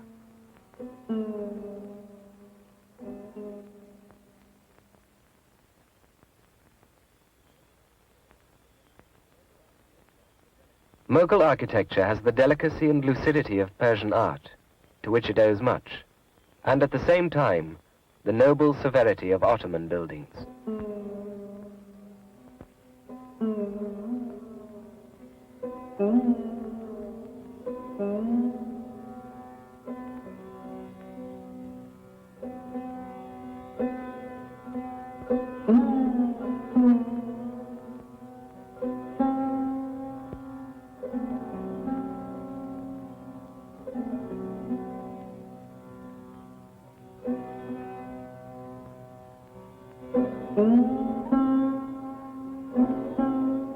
These three flowerings of Islamic architecture in India, Turkey and Iran grew out of many other great styles and periods, 1,000 years of experience, a rich variety, which was at the same time an unbroken unity.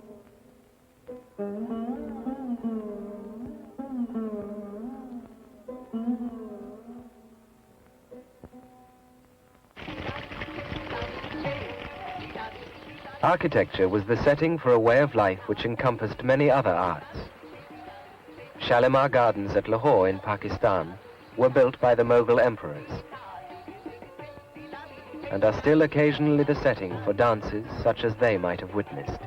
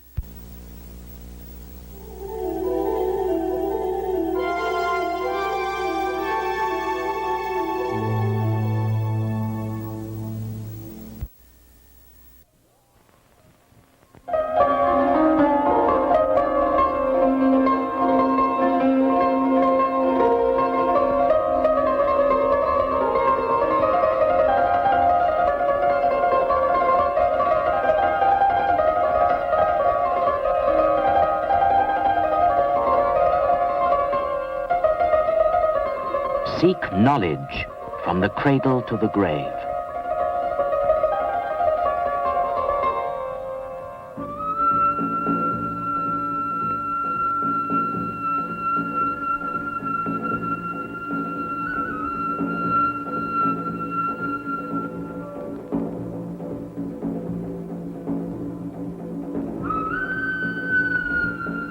These buildings haunt the Islamic world. They once hummed with the activity of students. Such a building was a madrasa, the forerunner of our present universities.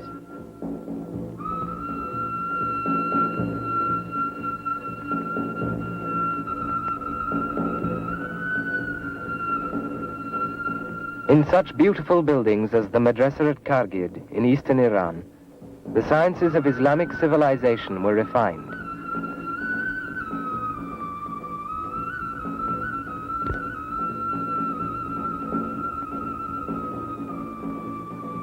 God did not distribute to his servants anything more to be esteemed than intelligence.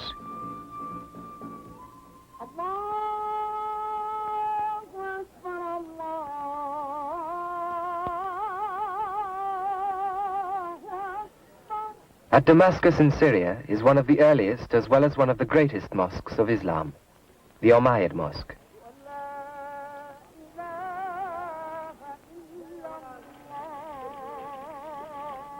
It is not a madrasa, but like all important mosques, it is a teaching center.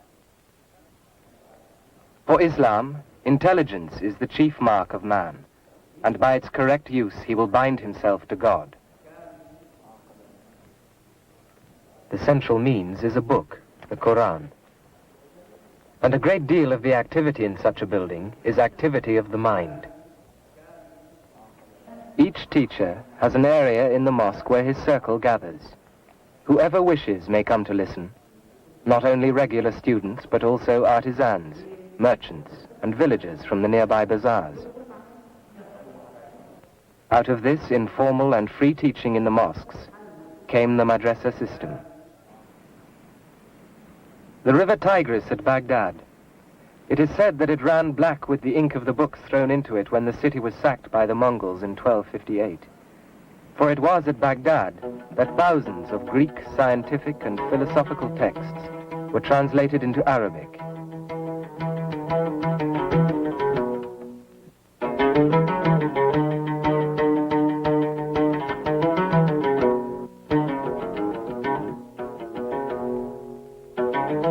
Of the many great schools which Baghdad possessed at the time of the sack, one has survived, the famous madrasa known as the Mustansiriya.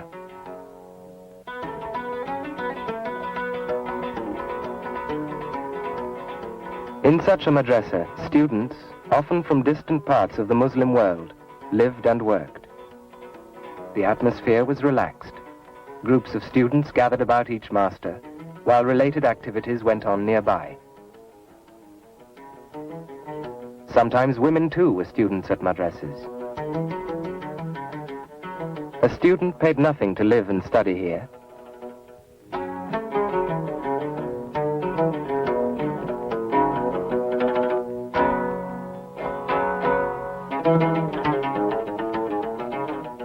Most of the teaching was oral, with a bond of personal devotion between student and teacher.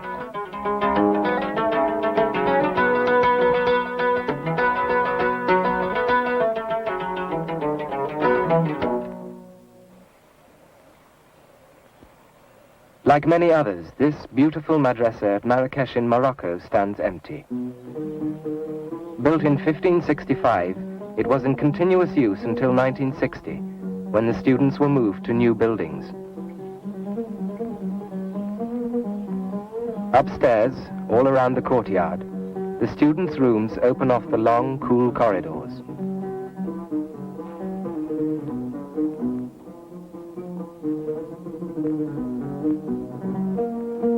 Usually there would be 2 or 3 students to a room. A built-in ladder leads to a sleeping space above.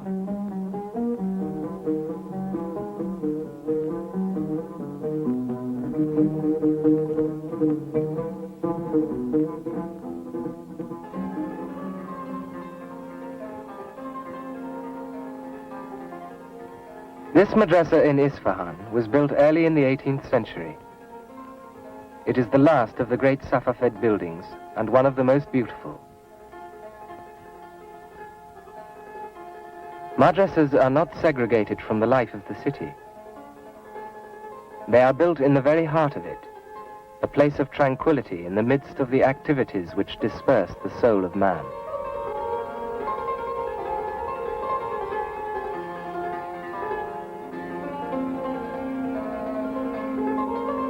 Anyone can come here to pray, to hear some of the teaching, or to sit in recollection.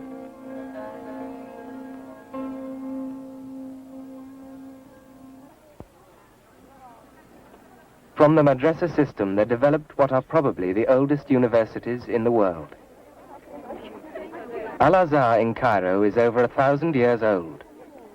It is one of the greatest centers of learning and devotion in the Islamic world.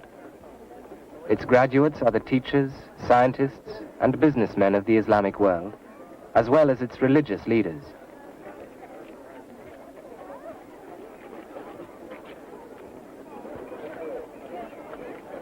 In the theological faculty, the traditional teaching method is still in use. The early universities of Europe may have based their system upon Islamic institutions such as Al-Azhar, which are about 2 centuries older. The present-day term chair of a faculty reflects the procedure which is still in use at Al-Azhar. Each professor sits on a chair, with his students ringed about him on the floor.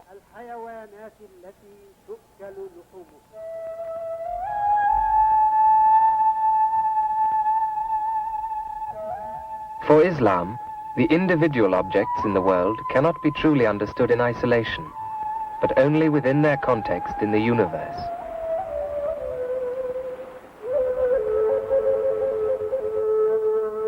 Each is an appearance, a sign, part of a system greater than itself. This is the key to the Islamic approach to the knowledge of the world.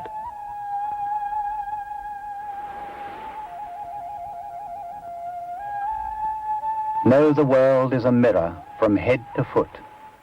In every atom are 100 blazing suns.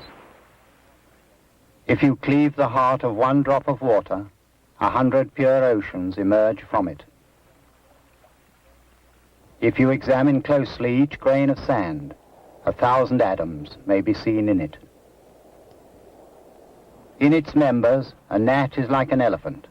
In its qualities, a drop of rain is like the Nile.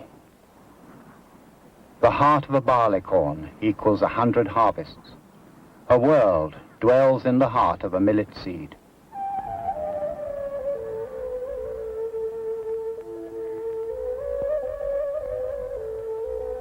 To consider something for itself alone, as if it were isolated from everything else, is a fundamental error and can only lead to false knowledge. And so, in Islamic civilization, each object and science has its place in a hierarchy which preserves the true proportions of things. The sciences have come to be regarded as so many branches of a single tree, which grows and sends forth leaves and fruit in conformity with the nature of the tree itself. Just as a branch of a tree does not continue to grow indefinitely, so any discipline is not to be pursued beyond a certain limit, for that would end by destroying the harmony of the tree as a whole. Within this overall concept, many sciences were developed to a high degree, but it is mathematics which held pride of place. Just as the abstract nature of Islamic art reflects the principles which underlie existence, rather than the appearance of things, so mathematics expresses perfectly the way in which unity underlies the apparent diversity of the world. For example, the definition of a point is that it has no dimensions, but it is a moving point which generates a line. And a moving line generates a flat plane. And a moving plane generates a three-dimensional solid, the 3 dimensions in which we live. The whole is built up from the initial dimensionless point, the unity beneath all multiplicity.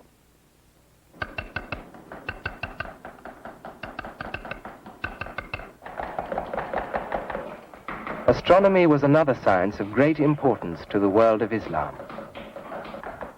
Here in Isfahan is a unique survival, one of the last astrolabe makers' workshops in the world.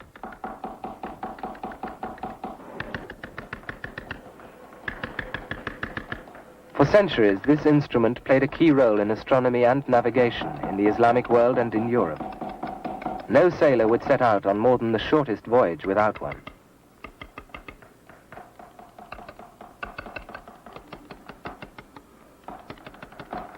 In order to pray, a Muslim must know the precise direction of Mecca, and many events in his life are directly linked to movements of the heavenly bodies.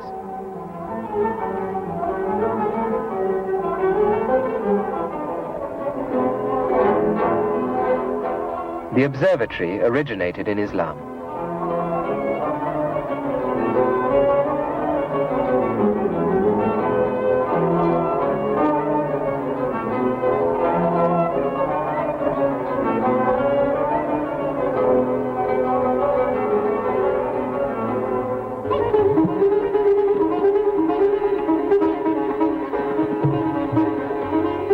The observatory at Delhi is one of the 5 built by the Indian prince Jai Singh in the 18th century. Although Jai Singh was a Hindu, his observatories were modeled on the Islamic pattern. They are the best examples we have of what the great Islamic observatories of the past were like.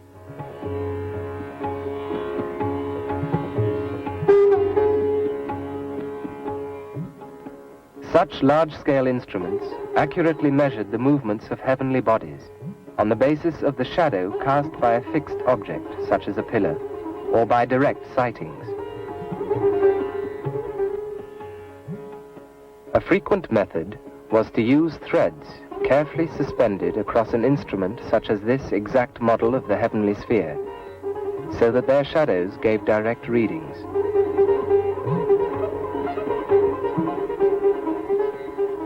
This instrument is a right-angled triangle, with its hypotenuse aligned on the pole. On either side are arcs of circles described in the plane of the equator, and measurements are made from the shadow cast onto them by the hypotenuse.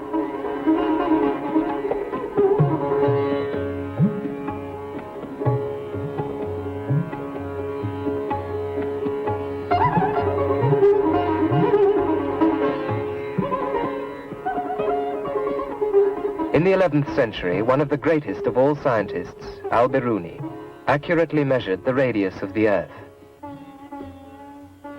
In northern Pakistan, a perfectly flat plain stretches out for hundreds of miles below the mountains. It was an ideal site, and the measurement Al-Biruni made was less than 0.2% different from that of the present day. When in the country of India, I found a mountain adjacent to a flat plain. I first found its height above sea level. I then imagined the sight line passing on its peak and connecting with the horizon. I found through my instrument that the dip of the horizon was 34 minutes. Once he had this angle, by using his knowledge of trigonometry and then subtracting the height of the mountain, Al-Biruni was able to calculate the radius of the Earth and its circumference.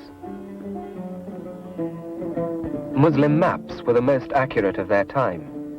When viewed from the accustomed Western angle, this 12th century map showing Europe and the Middle East clearly indicates the source of the Nile in the Great Lakes of East Africa.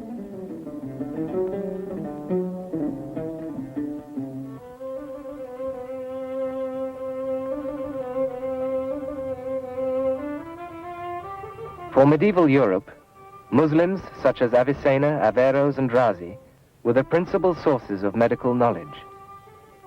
Muslims call their tradition of medicine Yunani, Ionian, and it is the direct continuation of the Greek tradition. Unity is the key idea. A doctor is not just a medical specialist. He is a hakim, a wise man. a scholar and perhaps a spiritual guide as well as a physician. He must always be aware of his patient as a whole, soul as well as body, and not try to treat the disease in isolation. इजाबत का क्या हाल रहता है? कब्ज रहता है कि इंसान बहुत सख्त. जुबान दिखाइएगा जरा. ऐनक हटाएं. इसमें आँखों के अंदर भी बड़ा भारीपन और बहुत ये कुछ मालूम होता है कि ये खराश. An illness is thought of not as the entry into the system of a foreign element, such as a germ, which must be killed, but as a loss of natural harmony. The aim of the Hakim is to restore this harmony, and to do so it is to the natural world that he turns, and particularly to the world of plants and herbs. In every traditional Islamic city, an area of the bazaar will be found in which the herbalists have their shops. They are the pharmacists of the Islamic world.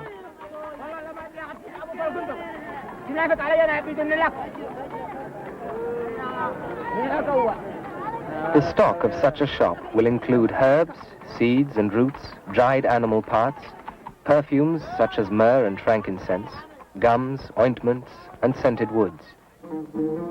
Often the plants used are gathered wild by expert herbalists.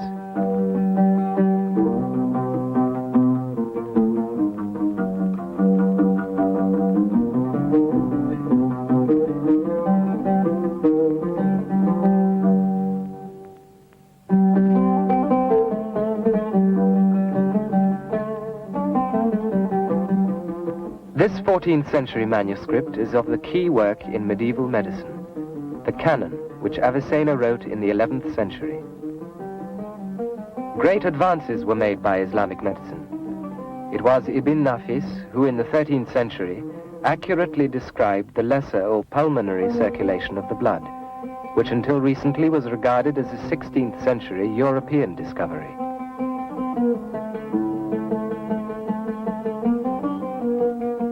Optics and eye disease were other areas in which basic work was done. Words such as cornea, cataract, and retina are of Arabic origin.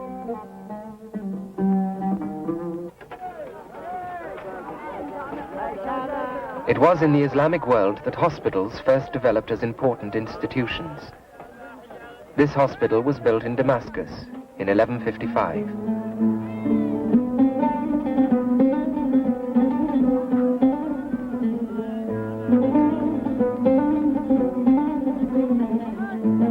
The beauty of the detail reflects the importance of medicine. It was also a way of reassuring the patient. Much attention was paid to psychological factors, and Avicenna used to make a special point of embracing his patients.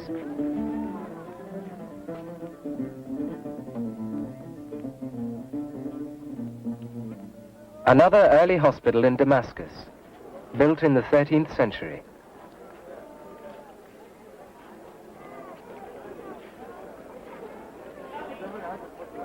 Take care of the poor, the widows, and the orphans. Pay them special pensions from your treasury. Build hospitals for sick Muslims, with a staff of physicians and attendants who will cure them and minister to their needs. A Caesarean operation, painted in 1307. This is a post-mortem operation, but effective anesthetics based on the knowledge of herbs were certainly in use.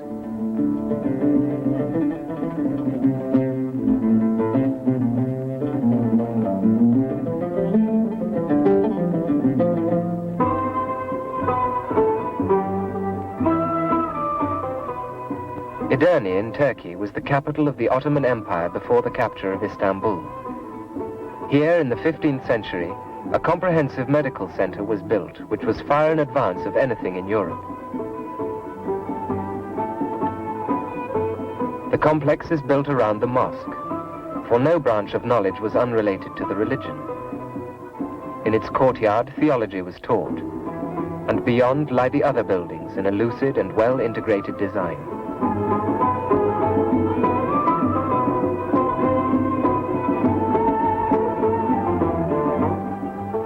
The mosque is flanked by two groups of buildings. On one side, the kitchens in which free meals were given by the Waqf, as in many Turkish cities. The bakery, warehouse and workshops. On the other side, a hospital, a pharmacy and administrative offices, an asylum for the mentally sick, and a large medical school for resident students.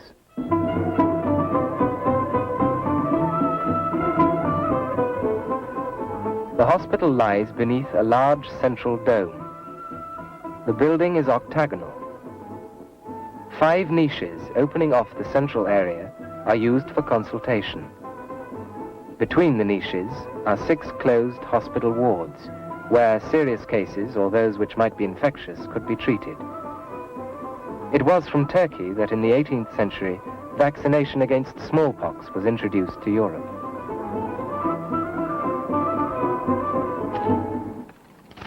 In Pakistan, a considerable revival of interest in traditional Islamic medicine is taking place.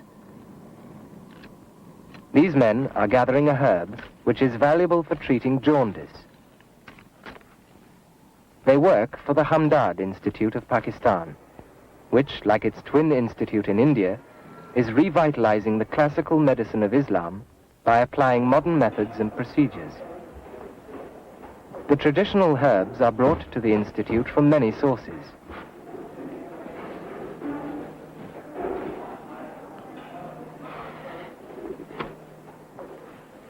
These are the cocoons of silkworms. Silk, like paper, is one of the many things that was brought from China to the West by Muslims. The cocoons are regarded as a valuable treatment for heart trouble.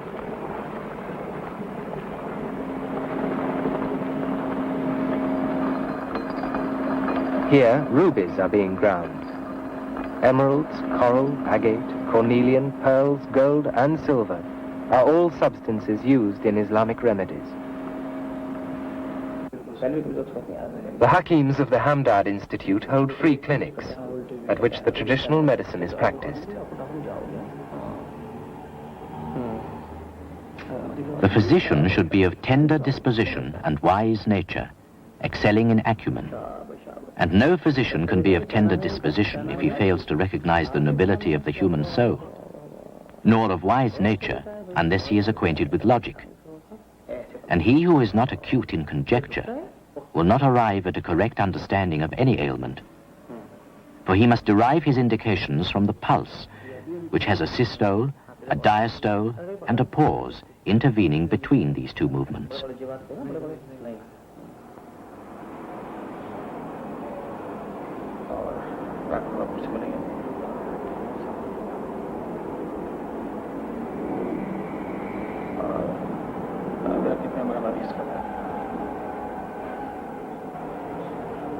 About the year 1000, Avicenna described the information that can be obtained from the pulse.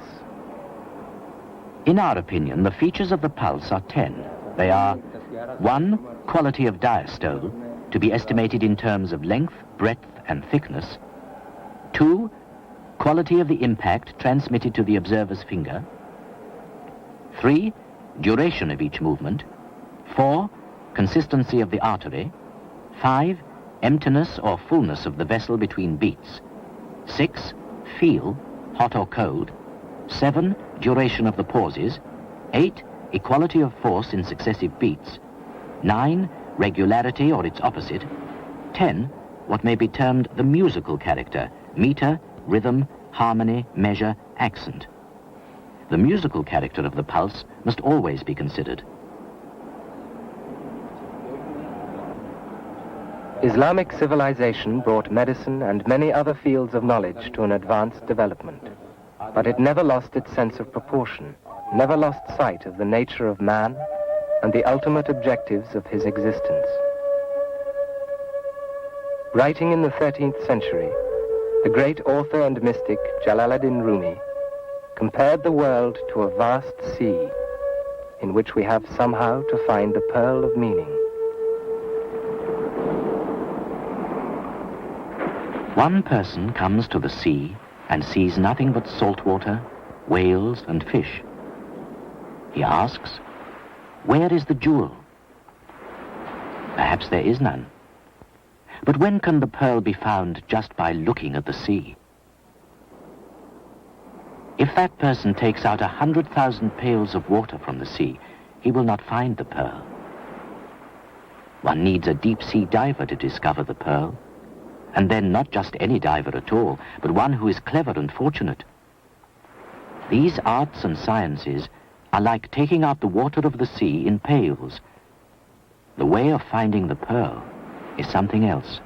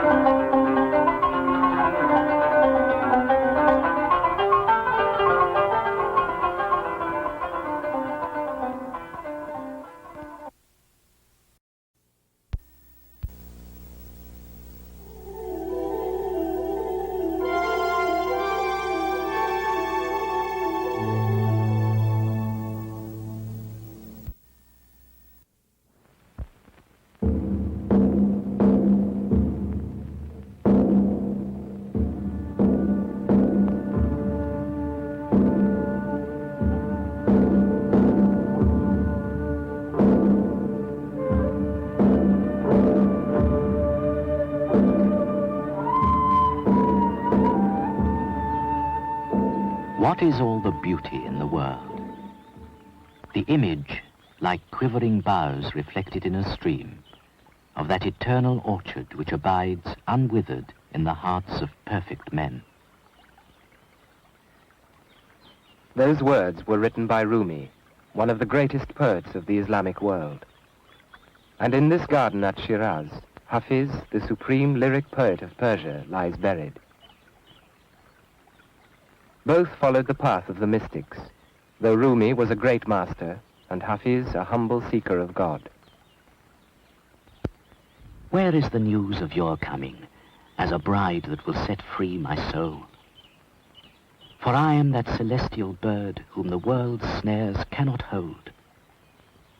Grant me the day of my death a glimpse of thy beauty, and I, Hafiz, shall soar above life and the world.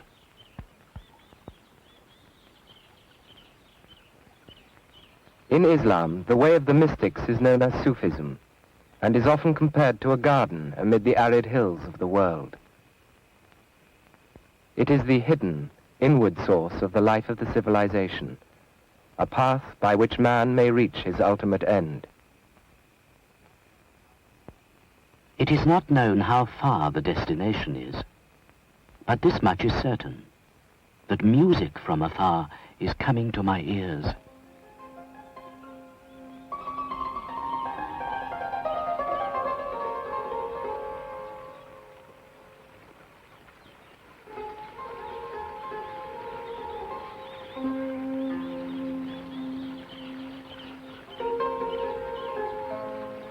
This garden in Iran was designed by one of the great Sufi masters of the 17th century, Sheikh Bahauddin Amili.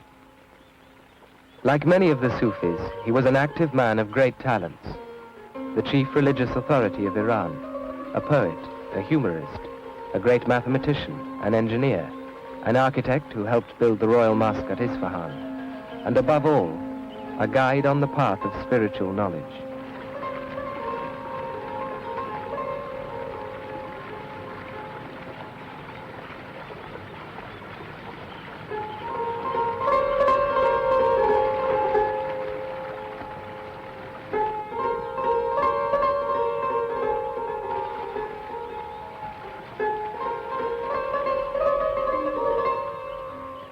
Remove from our eyes the veil of ignorance and show us things as they really are. Make this phenomenal world the mirror to reflect the manifestation of thy beauty, not a veil to separate and repel us from thee. Cause these unreal phenomena of the universe to be for us the sources of knowledge and insight, not the causes of ignorance and blindness. Architecture and gardens, music, poetry and the other arts are often used as vehicles to carry the meaning of Sufism, but they are not essential to it. What is essential to it is dhikr, remembrance, concentration of all the faculties of the soul upon the divine reality, often with the help of rhythmic invocation.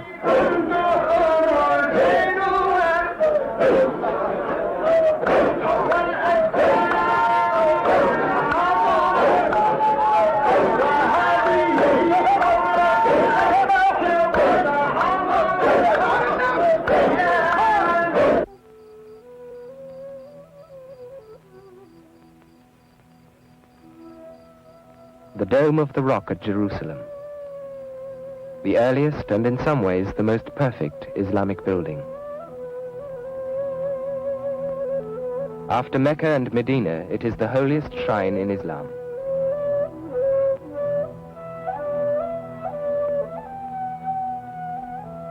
Here the event which prefigures the inward journey of the Sufis took place, the night journey of the Prophet Muhammad.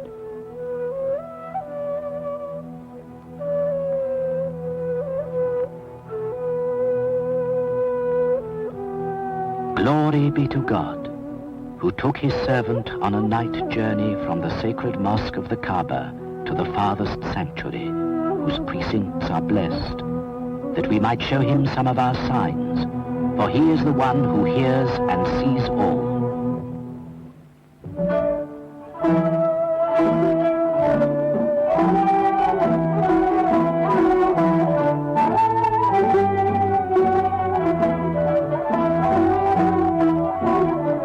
Muhammad, to whom be blessings and peace, to the birthplaces of the Prophet.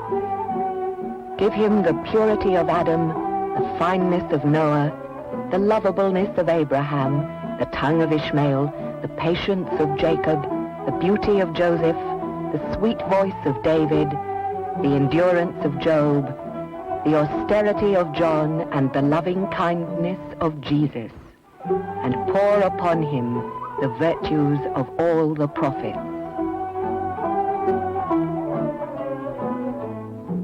From the knowledge revealed to Muhammad has grown the tree of Sufism. Each leaf is a different tariqah, or Sufi order. Each of these orders has its own methods, but they share a common purpose.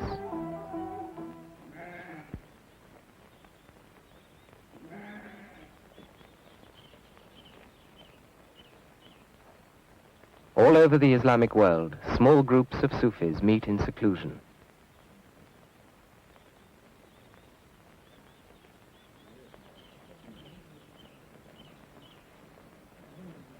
Often they gather near the shrine of saints of their order.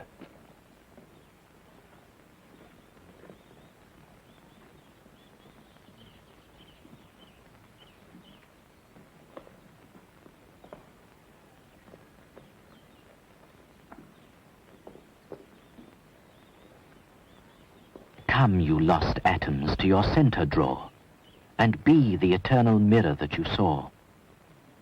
Rays that have wandered into darkness wide, return, and back into your sun subside.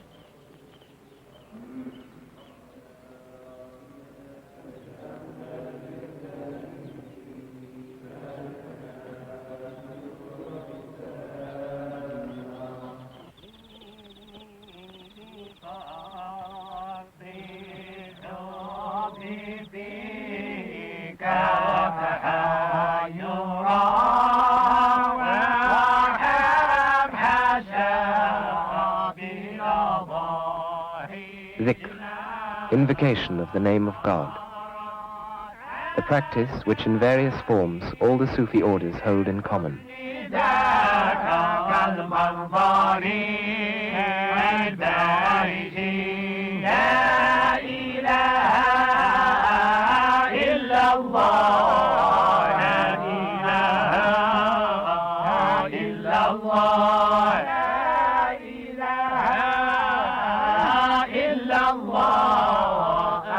There is in every man an incorruptible star, a substance called upon to become crystallized in immortality.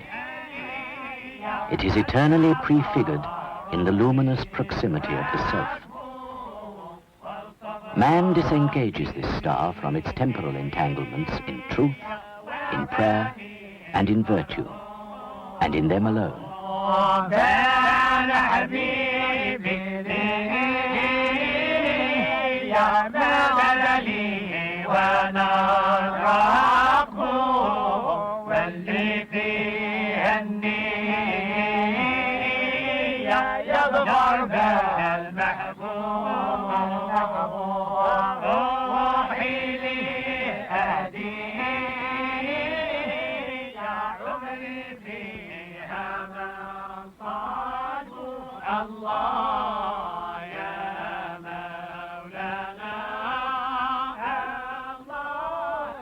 For Muslims, the world veils God, but it also mirrors his beauty.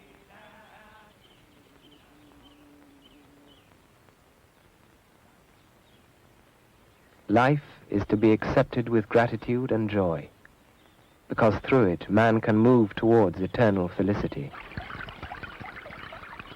And not only man is on a journey. To travel the path is not an exclusively human thing. All the species of the existent world are journeying to reach their goal and end.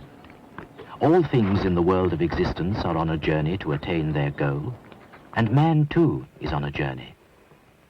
But the goal of man is maturity, his end freedom. The motive for the traveling of all these things is love. Oh dear friend, the seed of all plants and the sperm of all animals is filled with love. Indeed, all the parts of the world of existence are drunk with love. For if there were no love, the sphere would not turn, the plants would not grow, the animals would not be born. All are full of love for themselves, strive to behold themselves, desire to see themselves as they really are, and to disclose the beloved to the eyes of the lover.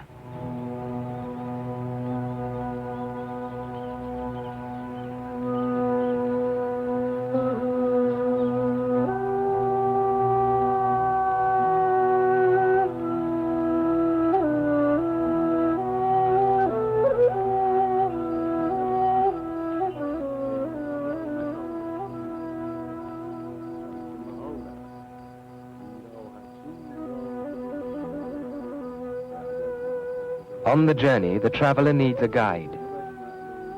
That guide is the spiritual master.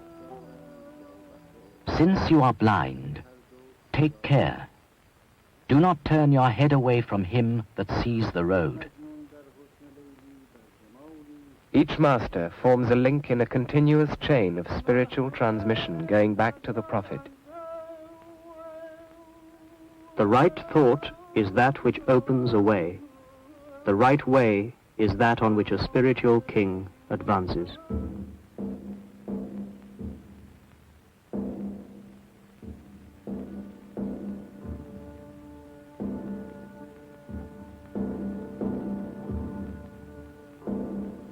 A man once asked the mystic Bayazid, "Who is the true prince?" "The man who cannot choose," said Bayazid. "The man for whom God's choice is the only possible choice."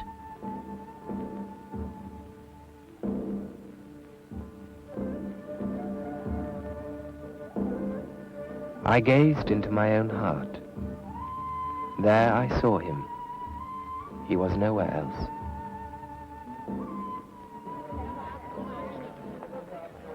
Sometimes communities and even cities have grown up about the tomb of a saint. Fez in Morocco is built around the shrine of its founder and patron saint, Moulay Idris. The veneration in which such tombs are held is an extension of the veneration accorded to the Prophet's tomb at Medina.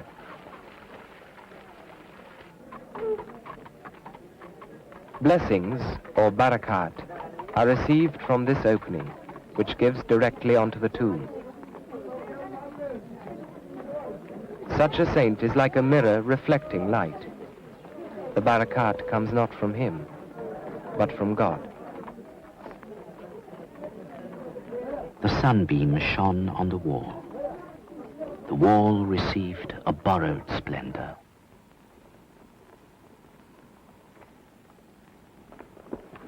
The graves of Sufi saints are remembered across the Islamic world.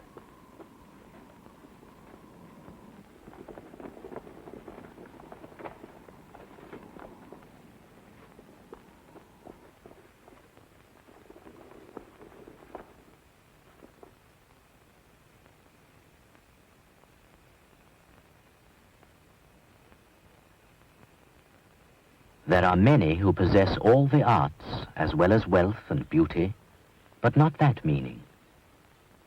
There are many whose appearance is in ruins, who do not have a handsome face or elegance of speech, yet the meaning which is immortal is in them. It is by virtue of that meaning that man is ennobled and honored, and has superiority over other creatures.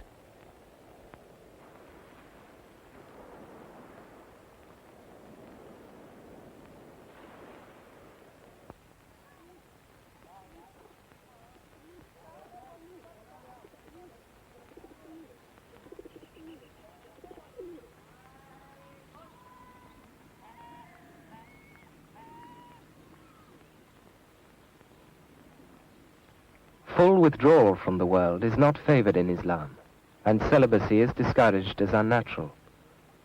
But Sufis do sometimes withdraw for a limited period to concentrate on the remembrance of God. By the side of this shrine in southern Morocco is the nearest thing Islam knows to a monastery, a zawiya. In such a retreat, many of the great spiritual masters of Islam have guided their disciples. These buildings at Konya in Turkey mark the site at which one of the most loved of Sufi masters, Rumi, taught his disciples 7 centuries ago. He is now buried here. Rumi was a supreme poet, and through his verse the ideals of Sufism entered deeply into the culture of many lands.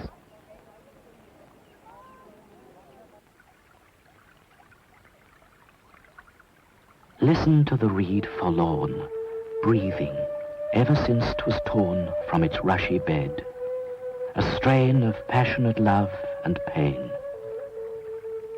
Would you learn how lovers bleed? Listen, listen to the reed.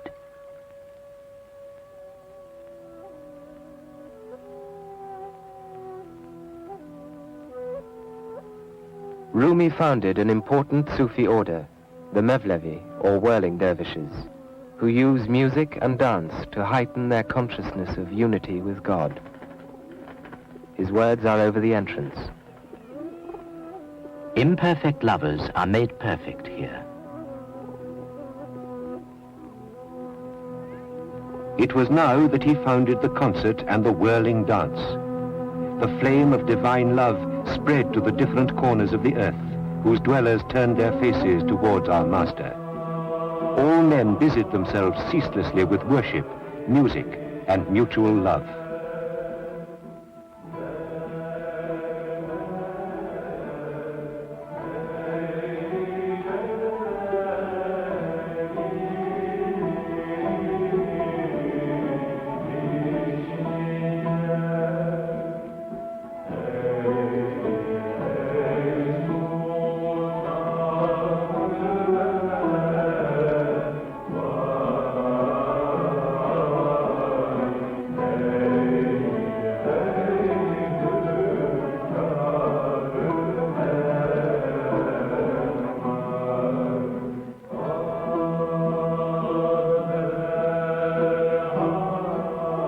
A bird is flying in the atmosphere of the unseen.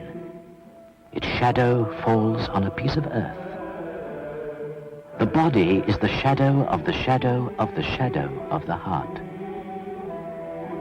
How is the body worthy of the rank of the heart?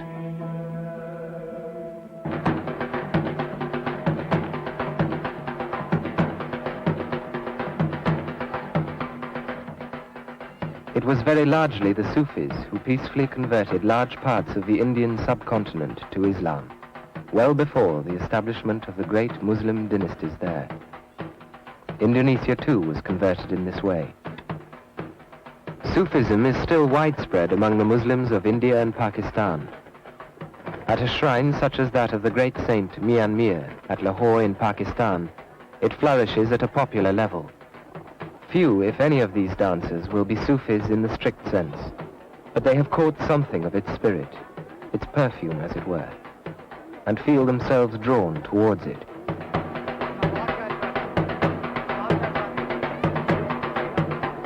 The effect of music and dancing is deeper in proportion as the natures on which they act are simple and prone to emotion. They fan into a flame whatever love is already dormant in the heart, whether it be earthly and sensual or divine and spiritual. India was receptive. The Sufis were firm adherents of Islam, but many of them recognized that the inner core of the Hindu tradition was a valid path to the same end, and in turn their own spiritual eminence was recognized. The Mughal emperors, whose kingdom was perhaps the richest in the world at that time, paid the most sincere homage to Sufi masters. In Delhi, one of the greatest of these masters, Nizamuddin Auliya of the Chishti order, is buried. Nearby is another shrine, that of Emir Khusro, a great poet and musician of the 13th century. He is buried within a few yards of the saint to whom he gave an utter devotion. Thou art such a king that should a pigeon perch on thy wall, it would become a royal hawk. A man of no account is at thy door. Give him the grace that he may enter.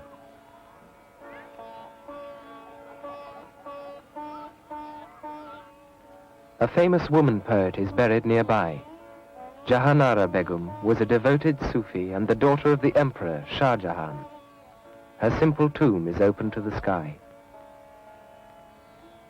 Let nothing but plants cover my grave, for this is enough to cover the tomb of a stranger. The transient beggar woman, Jahanara, disciple of a Chishti master and daughter of Shah Jahan, the glorious ruler, whose mind may God illumine.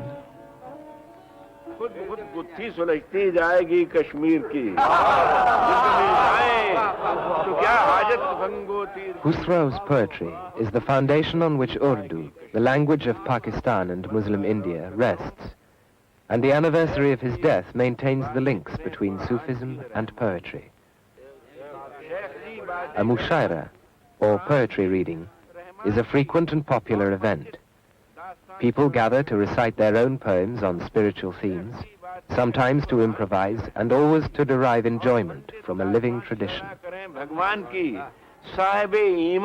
नुमाइश क्यों करें ईमान की साहिबे ईमान नुमाइश क्यों करें ईमान की आओ हम इंसान हैं बातें करें इंसान की साहिबे ईमान नुमाइश क्यों करें इंसान की आओ हम इंसान हैं बातें करें इंसान की कुछ अली कुछ अहमद मुख्तार की बातें करें आओ हम नानक की कृष्ण अवतार की बातें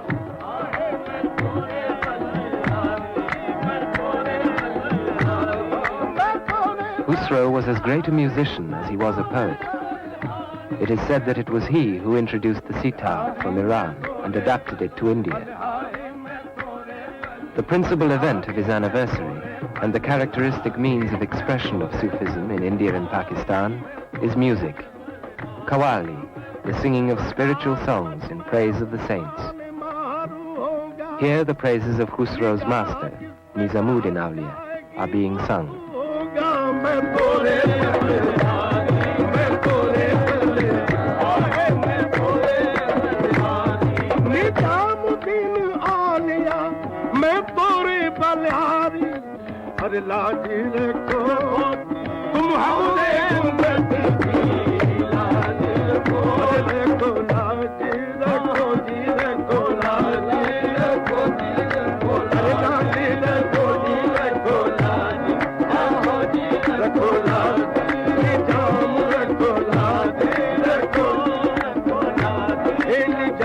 Some of the money given in appreciation and devotion will go to the musicians. The rest will form part of the zakat, the religious tax of Islam, used for charity.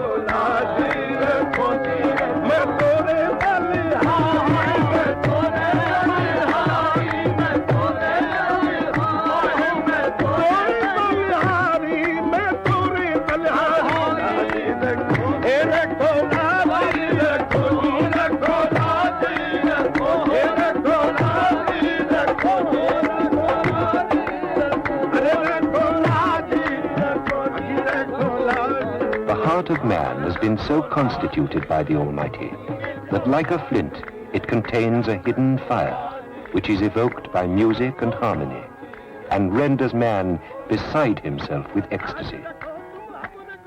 These harmonies are echoes of that higher world of beauty which we call the world of spirits. They remind man of his relationship to that world and produce in him an emotion so deep and strange that he himself is powerless to explain it.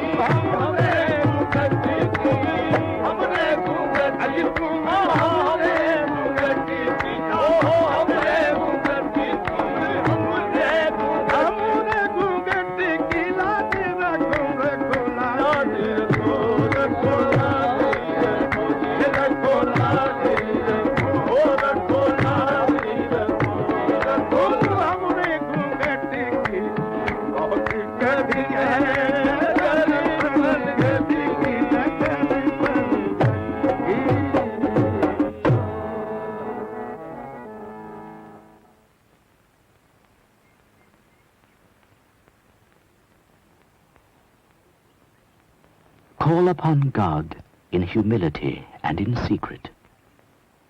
Call upon him in awe and eager desire. Are not hearts at peace in the remembrance of God?